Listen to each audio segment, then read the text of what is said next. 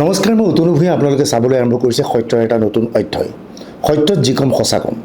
আজি সদ্য সমাপ্ত নিৰ্বাচনৰ এক্সিট পোল আমি আপোনালোকৰ ওচৰলৈ আগবঢ়াবলৈ আহিছোঁ। অসমৰ বহুকেইটা টেলিভিছন চেনেলে এক্সিট পোল দিবলৈ সাহস কৰা নাই। আচলতে কোন জিকিব কোন হাৰিব সেই কথাটো এই মুহূৰ্তত কৈ যদিহে তেওঁলোকৰ এক্সিট পোল নিমিলে তেনেহ'লে 4 মে'ত ৰোষৰ বলি হ'ব খোজা নাই সামাজিক মাধ্যমত। কিন্তু আমি সম্পূৰ্ণ টেকনিকেলি কাৰিকৰীভাৱে সকলো ধৰণৰ পদ্ধতি হাতত লৈ এই এক্সিট পোল চলাইছিলোঁ আৰু আমি এক্সিট পোল প্ৰতিটো সমষ্টিৰ ভিত্তিত আপোনালোকক দিব বিচাৰিম। অৰ্থাৎ 126টা সমষ্টিৰ ওপৰত আমি এক্সিট পোল দিম। আমাৰ বিশ্বাস এনেধৰণে সমষ্টি ৱাইজ বা সমষ্টি ভিত্তিক কোনো এক্সিট পোল প্ৰকাশ নকৰে। এইবাৰ নিৰ্বাচনত কি হৈছিল, 4 মে'ত ফলাফল কি হ'ব, তাৰ ওপৰত আমি এক্সিট পোল আপোনালোকৰ ওচৰলৈ আগবঢ়াম। পুনৰ দৰ্শকক জ্ঞাততে জনাওঁ, এয়া আচলতে এক্সিট পোলহে, বাস্তৱ ফলাফল নহয়। এই এক্সিট পোল আৰু বাস্তৱ ফলাফলৰ মাজত কিছু তাৰতম্য ঘটিব পাৰে। আমি এক্সিট পোলত কাৰেক্ট যিটো ফিগাৰ দিম সেই ফিগাৰতকৈ 5খন বা 6খন আসন সাল সলনি হ'ব পাৰে। কিন্তু আমি প্ৰতিটো সমষ্টিৰ ভিত্তিত এক্সিট পোল আপোনালোকৰ ওচৰত দিবলৈ চেষ্টা চলাইছোঁ। আমি এক্সিট পোল চলোৱাৰ লগে লগে এটা কথা আমি স্পষ্টভাৱে গম পাইছিলোঁ, সমগ্ৰ ৰাজ্যখনত হিমন্ত বিশ্ব শৰ্মাৰ সপক্ষে বতাহ বৈছে। বিৰোধীয়ে যিমানেই নকওক কিয়, বাস্তৱ সত্যটো হ'ল যে প্ৰতিটো সমষ্টিত বিশেষকৈ মহিলাসকলৰ মাজত হিমন্ত বিশ্ব শৰ্মা যথেষ্ট জনপ্ৰিয় হৈছিল। নৱপ্ৰজন্মৰ মাজতো সমানেই জনপ্ৰিয় হৈছিল হিমন্ত বিশ্ব শৰ্মা।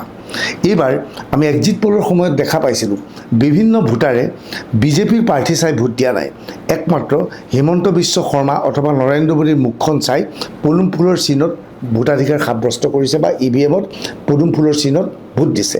অৰ্থাৎ এই নিৰ্বাচন পাৰ্টীকেন্দ্ৰিক নিৰ্বাচন হোৱা নাই, এই নিৰ্বাচন বিজেপি অথবা হিমন্ত বিশ্ব কেন্দ্ৰিক নিৰ্বাচন হৈছে। এই নিৰ্বাচনৰ এক্সিট পোল অনুসৰি যদিহে যিটো ফলাফল সঠিক ৰূপত পোৱা যায় তেনেহ'লে সকলোৱে হিমন্ত বিশ্ব শৰ্মাক বাহবা দিবই লাগিব। হিমন্ত বিশ্ব শৰ্মাই তৰুণ গগৈৰ কাৰ্যকালতো নিৰ্বাচনী যুদ্ধত কৌশল অৱলম্বন কৰিছিল, কিন্তু তেওঁ সন্মুখত অহা নাছিল, সন্মুখত তৰুণ গগৈ আহিছিল। মুখ্যমন্ত্ৰীৰ দায়িত্ব লোৱাৰ পিছত এইবাৰ প্ৰথমবাৰৰ বাবে হিমন্ত বিশ্ব শৰ্মাই নিজৰ সমস্ত কৌশল প্ৰয়োগ কৰিছে এই নিৰ্বাচনত। এই নিৰ্বাচনৰ ভিতৰুৱা ৰাজনীতিও বহুত আছে, সেই ৰাজনীতিৰ কিছু অংশ আপোনালোকক জনাবলৈ চেষ্টা চলাম। দৰ্শকসকলক জ্ঞাততে জনাম, আমি 126টা সমষ্টিৰ ওপৰত এক্সিট পোল চলাম। এই 126টা সমষ্টিক আমি লোকসভাৰ সমষ্টিৰ ভিত্তিত আমি সমীক্ষা চলাবলৈ চেষ্টা চলাম। অৰ্থাৎ 14টা লোকসভা সমষ্টিৰ প্ৰতিটো লোকসভা সমষ্টিৰ অধীনস্থ কোনটো বিধানসভা সমষ্টিত কি পৰিৱেশ পৰিস্থিতিৰ সৃষ্টি হ'ল সেয়া এই অনুষ্ঠানত আমি আপোনালোকক দেখুৱাবলৈ চেষ্টা চলাম। গতিকে সামাজিক মাধ্যম যোগে যিসকলে এই অনুষ্ঠান চাই আছে তেওঁলোকে এই অনুষ্ঠান চাই থাকক, আপোনালোকে নিশ্চিতভাৱে গম পাব এই নিৰ্বাচনত কি হ'ব। মই পুনৰ কৈছোঁ, 126টা সমষ্টিৰ ওপৰত সমীক্ষা দিবলৈ বোধ হয় অসমৰ কোনো টেলিভিছন চেনেল অথবা সামাজিক মাধ্যমে সন্মুখলৈ এই সাহস নকৰিব। বিভিন্নজনে আন্তাজত কিছু তথ্য সদৰি কৰিব, কিন্তু এই সমষ্টিত এইজন প্ৰাৰ্থী কিয় জিকিব বা এইটো সমষ্টিত এইজন প্ৰাৰ্থী কিয় হাৰিব তাৰ ওপৰত বিশ্লেষণ কৰিবলৈ কোনোবাই চেষ্টা কৰিব বুলি মই নাভাবোঁ। যি কি নহওক, যি 14টা লোকসভা সমষ্টিৰ বিশ্লেষণ কৰিব বিচাৰিছোঁ তাত কোকৰাঝাৰ আছে, য'ত 9টা বিধানসভা সমষ্টি আছে, ধুবুৰী 11টা বিধানসভা সমষ্টি, বৰপেটা 10টা বিধানসভা সমষ্টি, দৰং ওদালগুৰি তাত 11টা বিধানসভা সমষ্টি, গুৱাহাটী লোকসভা সমষ্টিত 10টা বিধানসভা, ডিফু লোকসভা সমষ্টিত 6খন বিধানসভা, বৰাকত 2খন জিলাৰ মিলাই মুঠ 13খন বিধানসভাৰ আসন আছে, নগাঁও লোকসভাত 8খন বিধানসভা আছে, কাজিৰঙাত আছে 10খন, শোণিতপুৰত 9খন, লখিমপুৰত 9খন, ডিব্ৰুগড়ত 10খন আৰু যোৰহাট লোকসভা সমষ্টিত আছে 10খন। মুঠ 126টা সমষ্টিৰ ওপৰত বিশ্লেষণ আগবঢ়াম আমি এই অনুষ্ঠানৰ মাজত। আমি অনুষ্ঠানৰ আৰম্ভণিতে কৈছোঁ যে এইবাৰ অভূতপূৰ্ব হাৰত মহিলাই ভোটদান কৰিবলৈ আহিছে। অনুৰূপ ধৰণে ভোটদান কেইদিনমানৰ পূৰ্বে বিহাৰত হৈছিল, য'ত ভোটাৰৰ হাৰ যথেষ্ট বৃদ্ধি পাইছিল অসমৰ দৰে, আৰু ব্যাপক হাৰত মহিলাই ভোটদান কৰিছিল আৰু সকলোকে আচৰিত কৰি নীতিশ কুমাৰ আৰু NDA চৰকাৰক পুনৰ ক্ষমতালৈ আনিছিল। সেই সময়ত ৰাহুল গান্ধীয়ে ভোট চুৰি বুলি অভিহিত কৰিছিল, কিন্তু বাস্তৱ সত্যটো হ'ল মহিলাৰ ভোটৰ জৰিয়তে নীতিশ কুমাৰ পুনৰ মুখ্যমন্ত্ৰী হৈছিল। আমাৰ এক্সিট পোল মতে এইবাৰো হিমন্ত বিশ্ব শৰ্মাৰ নেতৃত্বত NDA চৰকাৰ হ'ব একমাত্ৰ মহিলাৰ ভোটৰ বাবে। মহিলাৰ ভোটৰ ওপৰত বিশ্লেষণ আগবঢ়াম। লগতে কওঁ, বিৰোধীয়ে এইবাৰ জুবিন গাৰ্গৰ প্ৰসংগক এটা ইছ্যু হিচাপে লৈছিল।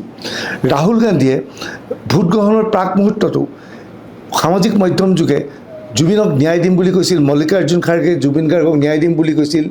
তেওঁলোকৰ প্ৰায় প্ৰতিজন প্ৰাৰ্থীয়ে টিকট পোৱাৰ পিছত জুবিন ক্ষেত্ৰলৈ গৈ জুবিন গাৰ্গৰ সমাধিত সেৱা কৰিছিল আৰু তেওঁলোকে ভাবিছিল যে সামাজিক মাধ্যমত যিহেতু জুবিন গাৰ্গৰ মৃত্যুৰ প্ৰসংগ ন্যায় প্ৰসংগটো উত্থাপন হৈছে গতিকে জুবিন গাৰ্গক ন্যায় দিম বুলি কোৱাৰ লগে লগে অসমৰ জনতাই একপক্ষীয়ভাৱে বিৰোধীক ভোট দিব কিন্তু আমাৰ এক্সিট পোল অনুসৰি জুবিন গাৰ্গৰ প্ৰসংগই এইবাৰ নিৰ্বাচনত বিশেষ প্ৰাধান্য লাভ কৰা নাই সামাজিক মাধ্যমত ই গুৰুত্ব লাভ কৰিছিল যদিও বাস্তৱ ক্ষেত্ৰত জুবিন গাৰ্গৰ প্ৰসংগক লৈ কোনো ভোটদান কৰিবলৈ অহা নাই অৱশ্যে সমষ্টিভিত্তিক কিছু সংখ্যক জুবিন প্ৰেমী আছে একোটা সমষ্টিত 500 পৰা 1000 সঁচা জুবিন প্ৰেমী আছে এই জুবিন প্ৰেমীৰ মাজত ভুৱা জুবিন প্ৰেমীৰ সৃষ্টি হৈছে এওঁলোকে বহুতেই বিজেপিক ভোট নিদিম বুলি বা এনডিএক ভোট নিদিম বুলি আগৰ পৰা ভাবি থৈছিল কিন্তু এতিয়া জুবিন গাৰ্গৰ বিষয়টো অহাৰ লগে লগে জুবিন গাৰ্গক ইস্যু হিচাপে লৈ এওঁলোকে এনডিএক ভোট দিয়াৰ পৰিৱৰ্তে কংগ্ৰেছ বা বিৰোধী পক্ষক ভোটদান কৰিছে কিন্তু সেই ভোটদানে আচলতে এনডিএক ক্ষতিগ্ৰস্ত কৰা নাই নিযুত মইনা উদ্যমিতা আঁচনিৰ জৰিয়তে বিভিন্ন আঁচনিৰ জৰিয়তে অভূতপূৰ্ব ভাল ফলাফল দেখুৱাবলৈ গৈ আছে এনডিএ অনুষ্ঠানৰ আৰম্ভণিতে আমি তিনিজন গগৈ প্ৰসংগ উত্থাপন কৰিব বিচাৰিছোঁ গৌৰৱ গগৈ অখিল গগৈ আৰু লুৰিণজ্যোতি গগৈ এই তিনিজন গগৈ ৰাজনৈতিক ভৱিষ্যত কি হ'ব আমাৰ এক্সিট পোলত স্পষ্টভাৱে উল্লেখ কৰিম কিন্তু তাৰ আগতে তিনিজন গগৈৰ সমষ্টিত এইবাৰ মহিলা ভোটাৰ কিমান আছিল সেয়া আমি দৰ্শকক অৱগত কৰিব বিচাৰিছোঁ স্ক্ৰীনৰ জৰিয়তে যোৰহাট গৌৰৱ গগৈৰ সমষ্টি ইয়াত পুৰুষে 79.14% পুৰুষে ভোটদান কৰিছে ইয়াৰ বিপৰীতে মহিলাই 78.18% মহিলাই ভোটদান কৰিছে অৰ্থাৎ পুৰুষৰ তুলনাত মাত্ৰ 1% কম মহিলাই ভোটদান কৰিছে যোৰহাট বিধানসভা সমষ্টিত য'ত গৌৰৱ গগৈ নিৰ্বাচনত প্ৰতিদ্বন্দ্বিতা কৰিছে সেই বিধানসভা সমষ্টিত 27,000 হিতাধিকাৰী আছে গতিকে 27,000 হিতাধিকাৰী আচলতে হিতেন্দ্ৰনাথ গোস্বামীৰ অন্যতম শক্তি বুলি ক'লে ভুল কোৱা হ'ব দ্বিতীয়জন প্ৰাৰ্থী অখিল গগৈ শিৱসাগৰত পুৰুষতকৈ মহিলা ভোটাৰে অধিক ভোটদান কৰিছে শিৱসাগৰত পুৰুষ ভোটাৰৰ সংখ্যা হৈছে 81.94% ইয়াৰ বিপৰীতে মহিলা ভোটাৰৰ সংখ্যা 82.77% অৰ্থাৎ পুৰুষতকৈ অখিল গগৈ সমষ্টিত 1% মহিলাই অধিক ভোটদান কৰিছে অনুৰূপ ধৰণে লুৰিণজ্যোতি গগৈ সমষ্টি খোৱাঙত পুৰুষে 83.26% ভোটদান কৰাৰ বিপৰীতে মহিলাই 83.19% মহিলাই ভোটদান কৰিছে সামান্য দশমিক পাৰ্চেণ্টেজত পুৰুষতকৈ মহিলাই কম ভোট কৰিছে অৰ্থাৎ পুৰুষ মহিলাই এই তিনিটা সমষ্টিত সমানেই ভোটদান কৰিছে আৰু সামগ্ৰিকভাৱে আমি যদি সমগ্ৰ অসমখন চাওঁ তেনেহ'লে পুৰুষৰ ভোটদানৰ হাৰ 85.37 মহিলা ভোটাধিকাৰৰ হাৰ 86.54 অৰ্থাৎ পুৰুষতকৈ সমগ্ৰ অসমত মহিলাই অধিক ভোট দিছে এই মহিলাই কিয় ভোট দিছে অৰুণোদয় উদ্যমিতা আঁচনি নিযুত মইনা আঁচনি লাভ কৰা এই মহিলাসকলে কংগ্ৰেছক ভোট দিবলৈ গৈছে নেকি যে হিমন্ত বিশ্ব শৰ্মাক বেয়া পাই বিৰোধীক ভোটদান কৰিছে নেকি বহুতে কৈছে যে এবাৰ কংগ্ৰেছৰ চৰকাৰ হ'ব এটা প্ৰশ্ন হৈছে কংগ্ৰেছক ৰাইজে ভোট দিব কিয় কংগ্ৰেছক ভোট দিবলৈ হ'লে কংগ্ৰেছে ব্যাপক হাৰত নিৰ্বাচনী প্ৰচাৰ চলাব লাগিছিল আজি দুমাহ ধৰি হিমন্ত বিশ্ব শৰ্মাই দিনে নিশাই নিৰ্বাচনী প্ৰচাৰ চলাই আছে কিন্তু গৌৰৱ গগৈ ক'ত নিৰ্বাচনী প্ৰচাৰ চলাইছিল আমি তেজপুৰত গৌৰৱ গগৈ নিৰ্বাচনী সভা নেদেখিলোঁ বৰচলাত নেদেখিলোঁ ঢেকীয়াজুলিত নেদেখিলোঁ বিভিন্ন অঞ্চলত গৌৰৱ গগৈ কোনো নিৰ্বাচনী সভাই নেদেখিলোঁ ৰিপুণ বৰা কেৱল বৰচলা সমষ্টিতে ব্যস্ত থাকিল তেওঁলোকৰ হিন্দু নেতা দেৱব্ৰত শৰ্মা কেৱল নাজিৰাতেই ব্যস্ত থাকিল অৰ্থাৎ কংগ্ৰেছে কোনো ধৰণৰ প্ৰচাৰ নচলালেই তৎসত্ত্বেও কংগ্ৰেছ ক্ষমতালৈ আহিব বুলি কংগ্ৰেছৰ অনুগামীসকলে ভাবে একাংশ মুছলমান ভোটাৰে ভাবে কিন্তু বাস্তৱ সত্যটো কি সেই বিষয়ে আমি বিতংভাৱে আপোনালোকৰ আগত সদৰি কৰিবলৈ চেষ্টা চলাম সমগ্ৰ প্ৰক্ৰিয়াটো আৰম্ভ কৰাৰ আগতে মই পুনৰ কৈছোঁ 14টা লোকসভা সমষ্টিৰ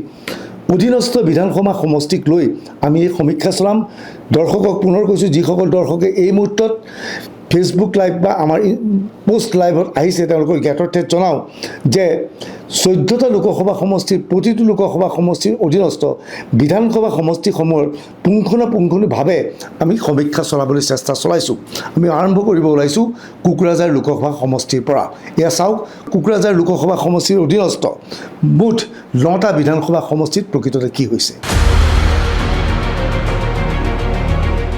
বিটিএডিত খেল দেখুৱালে হাগ্ৰামা মহিলাই হাগ্ৰামা মহিলাৰ পুনৰ প্ৰতিপন্ন কৰিলে বিটিএডিৰ মুকুটবিহীন সম্ৰাটগৰাকীয়ে হৈছে স্বয়ং হাগ্ৰামা মহিলাই সদ্য সমাপ্ত বিধানসভাৰ নিৰ্বাচনত বিটিএডিত বিপিএফে ব্যাপক জয়ধ্বজা উৰুৱাবলৈ সক্ষম হ'ল এই আটাইকেইটা সমষ্টি এক্সিট পোল আমি এইবাৰ আপোনালোকৰ ওচৰলৈ আগবঢ়াব ওলাইছোঁ। গোসাইগাঁও সলনি হ'ল। এতিয়া গোসাইগাঁৱত পূৰ্বৰ দৰে বৃহৎ সংখ্যক মুছলমান ভোটাৰ নাই। সমষ্টি পুনৰ নিৰ্ধাৰণৰ পিছত এনে পৰিৱেশ পৰিস্থিতিৰ সৃষ্টি কৰা হ'ল গোসাইগাঁৱত। গোসাইগাঁৱত এতিয়া মুছলমান ভোটাৰৰ সংখ্যা কেৱল 19,000। অতি সহজেই এই সমষ্টিত জিকিব BPFৰ প্ৰাৰ্থী সভাৰাম বসুমতাৰী। দতমাত ৰুবিনাম নাৰ্জাৰীৰ স্থিতি শক্তিশালী। কুকুৰাঝাৰত প্ৰথমবাৰৰ বাবে নিৰ্বাচন খেলিছে হাগ্ৰামা মহিলাৰ পত্নী চিউৰি মহিলাই। আৰম্ভণিতে UPPLে তীব্ৰ প্ৰতিদ্বন্দ্বিতা কৰিছিল, কিন্তু শেষ হাঁহি মাৰিব চিউৰিয়ে। তীব্ৰ প্ৰতিদ্বন্দ্বিতা হৈছে বাওখুংগ্ৰি সমষ্টিত। UPPLৰ প্ৰতিভা ব্ৰহ্ম আৰু BPFৰ ৰূপন ৰয়ৰ মাজত প্ৰতিদ্বন্দ্বিতা, কিন্তু শেষত UPPLে বিজয়ী হোৱাৰ সম্ভাৱনা প্ৰবল। পৰ্বতজোৰাত ব্যাপক হাৰত মুছলমান ভোটাৰ আছে। প্ৰতিদ্বন্দ্বিতাৰ অন্তত এই আসনখন কংগ্ৰেছে লাভ কৰাৰ 100% সম্ভাৱনা আছে। চিডলি চিৰাঙত BPFৰ পানীৰাম ব্ৰহ্ম শক্তিশালী। আটাইতকৈ তাৎপৰ্যপূৰ্ণ সমষ্টিটো হৈছে বিজনী। এইবাৰ বিজনীত BJPয়ে থিয় কৰাইছে অৰূপ কুমাৰ দে। বিজনীত বৰ্তমানৰ বিধায়ক অজয় কুমাৰ ৰয়ে BTAD নিৰ্বাচন খেলি পৰাস্ত হোৱাৰ পিছত তেওঁৰ প্ৰাৰ্থিত্ব বাতিল কৰা হয়। কংগ্ৰেছে ৰঞ্জিত কুমাৰ চাহাক টিকট দিছে যদিও বিশেষ গুৰুত্ব লাভ কৰা নাই। বিজনীত প্ৰতিদ্বন্দ্বিতা হৈছে UPPLৰ কমল সিং নাৰ্জাৰী আৰু BJPৰ অৰূপ কুমাৰ দেৰ মাজত। BJPৰ লগত মিলি বিজনীত খেল খেলিছে হাগ্ৰামা মহিলাই। BTADৰ BPFৰ এজন MNC খলিলুৰ ৰহমানক নিৰ্দলীয় ৰূপত থিয় কৰা হৈছে। খলিলুৰে যদিহে 15,000 মুছলমানৰ ভোট লাভ কৰে, তেনেহ'লে সমষ্টিটো লাভ কৰিব BJPয়ে। হয়, সমষ্টিটোত BJP UPPLৰ প্ৰতিদ্বন্দ্বিতা হৈছে যদিও বিজয়ী হোৱাৰ সম্ভাৱনা আছে BJP প্ৰাৰ্থীৰ। মানসত প্ৰাৰম্ভিক অৱস্থাত ৰাইজৰ দলৰ প্ৰাৰ্থীয়ে শক্তিশালী স্থিতি লৈছিল যদিও শেষত BPF শক্তিশালী হৈ পৰিছে। বাক্সাত স্থিতি মজবুত BPFৰ। সেই সূত্ৰে ক'ব পাৰি যে কুকুৰাঝাৰ লোকসভাৰ 9খন বিধানসভা আসনৰ ভিতৰত BPFে 6খন আৰু BJP UPPL আৰু কংগ্ৰেছে এখনকৈ এখন লাভ কৰিব। এয়া আছিল কোকৰাঝাৰ লোকসভা সমষ্টিৰ অধীনস্থ 9টা বিধানসভা সমষ্টিৰ ওপৰত আমাৰ এক্সিট পোলৰ সমীক্ষা। মই পুনৰ কৈছোঁ, সমীক্ষাসমূহ কিছু ক্ষেত্ৰত অমিল হ'ব পাৰে। আমি এই সমীক্ষাত কোকৰাঝাৰ অধীনস্থ এই সমষ্টিকেইটাত আমি ক'ব বিচাৰিছিলোঁ Gossaigaon BPF, দতমা BPF, Kokrajhar BPF, Kokrajhar STত Hagrama মহিলাৰ পত্নীয়ে প্ৰতিদ্বন্দ্বিতা কৰিছে। বাওখুংগ্ৰিত আমি UPPLক জিকিব বুলি কৈছোঁ যদিও আমাৰ হাতত খবৰ মতে এই সমষ্টিটোত UPPL ভাৰ্চেছ BPFৰ মাজত তীব্ৰ প্ৰতিদ্বন্দ্বিতা হৈছে। ইয়াৰ লগে লগে এনেধৰণৰ আমাৰ এক্সিট পোলত খবৰো আহিছে যে কোকৰাঝাৰৰ বাওখুংগ্ৰিৰ সমষ্টিবাসীয়ে BTAD দখলত থকা BPFক ভোট নিদি অথবা ৰাজ্যত হিমন্ত বিশ্ব শৰ্মাৰ নেতৃত্বত থকা BJP চৰকাৰৰ লগত থকা BPFক ভোট নিদি UPPLক ভোট দিবনে? সেয়েহে এই আসনখন আমি UPPLক দিছোঁ যদিও এই আসনখন শেষ মুহূৰ্তত BPFেও পাব পাৰে, মই পুনৰ কৈ থৈছোঁ। লগতে পৰ্বতজোৰাত কংগ্ৰেছে এইবাৰ ভাল ফল দেখুৱাব পাৰিছে, কিয়নো তাত যথেষ্ট মুছলমান ভোটাৰ আছে। Sidli Chirang BPF, Bijni BJP। মই পুনৰ কৈছোঁ যে বিজনীত বহুতে ভাবিছিল যে UPPLৰ প্ৰাৰ্থীগৰাকী জিকিব, কিন্তু আমি ইতিমধ্যেই কৈছোঁ হাগ্ৰামা মহিলাৰ কৌশল অনুসৰি খলিলুৰ ৰহমান নামৰ তেওঁলোকৰ সদস্যজনক এইবাৰ নিৰ্দলীয় প্ৰাৰ্থীৰূপে থিয় কৰোৱা হৈছে। খলিলুৰ ৰহমানে যথেষ্ট সংখ্যক যদিহে মুছলমানৰ ভোট পায়, তেনেহ'লে বিজনীৰ পৰা BJPৰ প্ৰাৰ্থীগৰাকী বিজয়ী হ'ব। মানসত BPF আগবাঢ়িছে, তাত ৰাইজৰ দলে প্ৰথমত প্ৰতিদ্বন্দ্বিতা কৰিছিল যদিও পিছত নোৱাৰিলে, আৰু বাক্সাত BPF আগবাঢ়ি গৈছে। এইবাৰ আমি ধুবুৰী লোকসভা সমষ্টিৰ অধীনস্থ মুঠ 11টা বিধানসভা সমষ্টিৰ বিষয়ে ব্যাখ্যা আগবঢ়াব বিচাৰিছোঁ। সমষ্টি পুনৰ নিৰ্ধাৰণৰ পিছত ধুবুৰী লোকসভা সমষ্টিত বৰপেটাৰ কেইটামান সমষ্টি অন্তৰ্ভুক্ত কৰি ধুবুৰী লোকসভা সমষ্টিটোত মুছলমানৰ সংখ্যাগৰিষ্ঠতা থকা সমষ্টিৰূপে পৰিগণিত কৰিলে।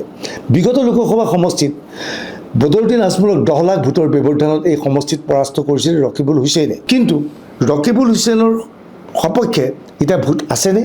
প্ৰাৰম্ভিক অৱস্থাত সমষ্টিটোৰ বহুকেইটা বিধানসভা সমষ্টিত UDFৰ উত্থান হৈছিল যদিও শেহতীয়াভাৱে সমষ্টিটোত কংগ্ৰেছে পুনৰ উত্থান কৰিবলৈ সক্ষম হৈছে। এই সমষ্টিটোৰ 11টা বিধানসভা সমষ্টিৰ বিতং তথ্য এইবাৰ আমি আপোনালোকক সদৰি কৰিছোঁ। অসমৰ 14টা লোকসভা সমষ্টিৰ ভিতৰত কংগ্ৰেছে আটাইতকৈ ভাল ফল দেখুওৱা সমষ্টিটোৱে হৈছে ধুবুৰী। বিগত লোকসভা নিৰ্বাচনত AIDFৰ দুৰ্গ বুলি পৰিচিত ধুবুৰীত বদৰুদ্দিন আজমলক প্ৰায় 10 লাখ ভোটৰ ব্যৱধানত পৰাস্ত কৰিছিল ৰকিবুল হুছেইনে। ধুবুৰীৰ 11টা বিধানসভা সমষ্টিৰ ভিতৰত 2টা সমষ্টিত মুছলমানতকৈ হিন্দুৰ ভোট কিছু বেছি আছে। সমষ্টি দুটা হ'ল গোলোকগঞ্জ আৰু বিলাসীপাৰা। ইয়াৰে গোলোকগঞ্জ আসনখন বিজেপিয়ে পোৱাটো নিশ্চিত, কিন্তু বিলাসীপাৰা এইবাৰ কঠিন হৈ পৰিছে। বিলাসীপাৰাৰ আসনখন AGPৰ জীৱেশক এৰি দিয়া হৈছে।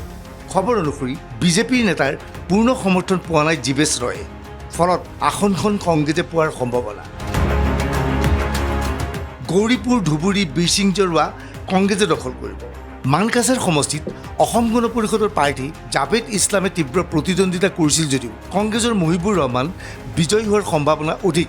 জলেশ্বৰ আৰু পূব গোৱালপাৰা পুনৰ কংগ্ৰেছে পাব। সৃজন গামত আৰম্ভণিতে আমচুৰ পৰা AIDFলৈ যোৱা ৰেজাউল কৰিম চৰকাৰে শক্তিশালী স্থিতি দেখুৱাইছিল, কিন্তু সৃজন গামৰ এখন নিৰ্বাচনী সভাত ৰেজাউলৰ পত্নীয়ে কৰা মন্তব্যৰ পিছত ব্যাপক প্ৰতিক্ৰিয়াৰ সৃষ্টি হয়। কংগ্ৰেছৰ প্ৰাৰ্থী মহম্মদ নুৰুল ইছলামক বিড়ি কোম্পানীৰ মালিক বুলি অভিহিত কৰিছিল ৰেজাউলৰ পত্নীয়ে। এই ঘটনাই চৰৰ মুছলমানৰ মাজত ব্যাপক প্ৰভাৱ পেলায়।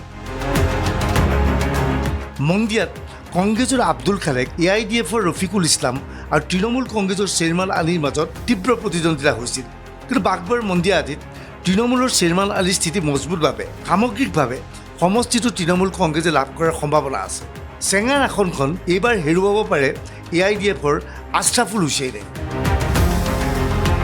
সমষ্টিটোলৈ নতুনকৈ যোৱা বৰপেটাৰ বৰ্তমান বিধায়ক আব্দুল ৰহিম আহমেদ আৰু আশ্ৰাফুলৰ তীব্ৰ প্ৰতিদ্বন্দ্বিতা হৈছিল, কিন্তু প্ৰাক্তন বিধায়ক লিয়াকত আলী খানৰ পুত্ৰ আফতাবুৰ আলী খানে নিৰ্দলীয় ৰূপত প্ৰতিদ্বন্দ্বিতা কৰি যথেষ্ট ভোট পোৱাৰ ফলত আশ্ৰাফুল বিপদত পৰিছে।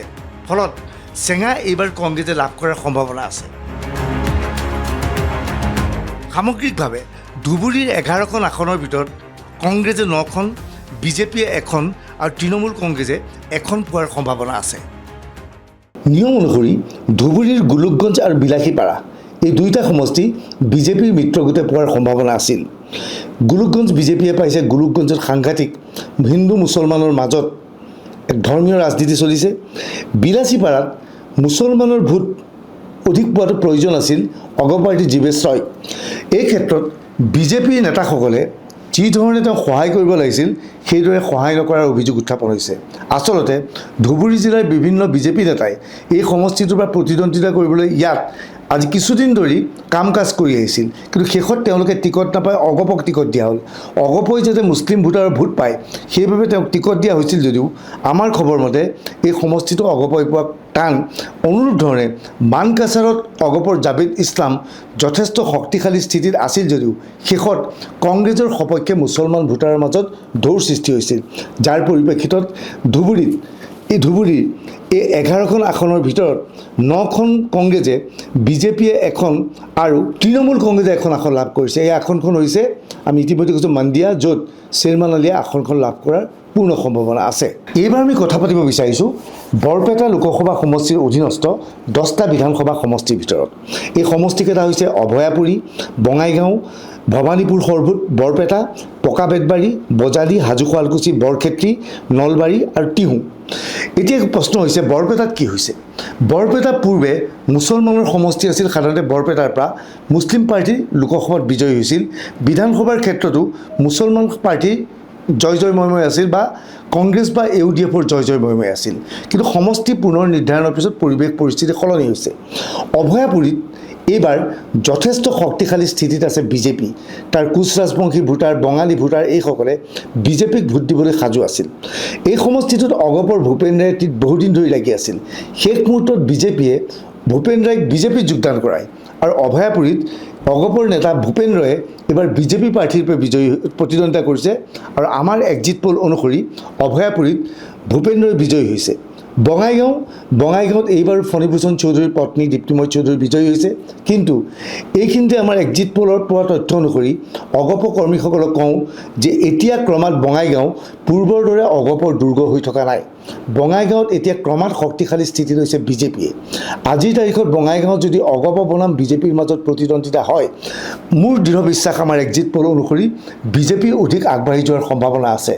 অদূৰ ভৱিষ্যতে অহাবাৰ বিধানসভা নিৰ্বাচনত বঙাইগাঁও বিধানসভা সমষ্টিটোতো বিজেপিয়ে যে অগপক এৰি দিব তাৰ সম্ভাৱনা খুবেই কম আছে। এইবাৰ আৰু ভৱানীপুৰ সৰভোগ এই সমষ্টিটোক লৈ যথেষ্ট বিতৰ্কৰ সূচনা হৈছে। ৰঞ্জিত দাসে এই সমষ্টিটোক লৈ নিজকে কেতিয়াবা নেপোলিয়ন বনাপাৰ্ট বুলি কৈছে, কেতিয়াবা গাদ্দাৰ বুলি কৈ সামাজিক মাধ্যমত পোষ্ট দিছে। আচলতে সৰভোগ সমষ্টিৰ বিধায়ক আছিল ৰঞ্জিত দাস। যোৱাবাৰ যেতিয়া কংগ্ৰেছ আৰু AIDF একত্ৰিত হৈছিল তেতিয়া ৰঞ্জিত দাস নিশ্চিত হৈছিল সৰভোগত মুছলমানৰ ভোট নাপায় আৰু তেওঁ মুছলমান বিৰোধী বিভিন্ন বক্তব্য কৈ আছে, গতিকে হিন্দুৰ ভোটৰে তেওঁ সৰভোগৰ পৰা জিকিব নোৱাৰে। সেয়েহে তেওঁ সভাপতি হৈ থকা কালত পাটাচাৰকুছিলৈ তেওঁ চিফ্ট কৰিলে। এইবাৰ সমষ্টি নিৰ্ধাৰণ কৰাৰ পিছত ভৱানীপুৰ সৰভোগ হিন্দুৰ প্ৰাধান্য থকা সমষ্টিলৈ ৰূপান্তৰিত হ'ল।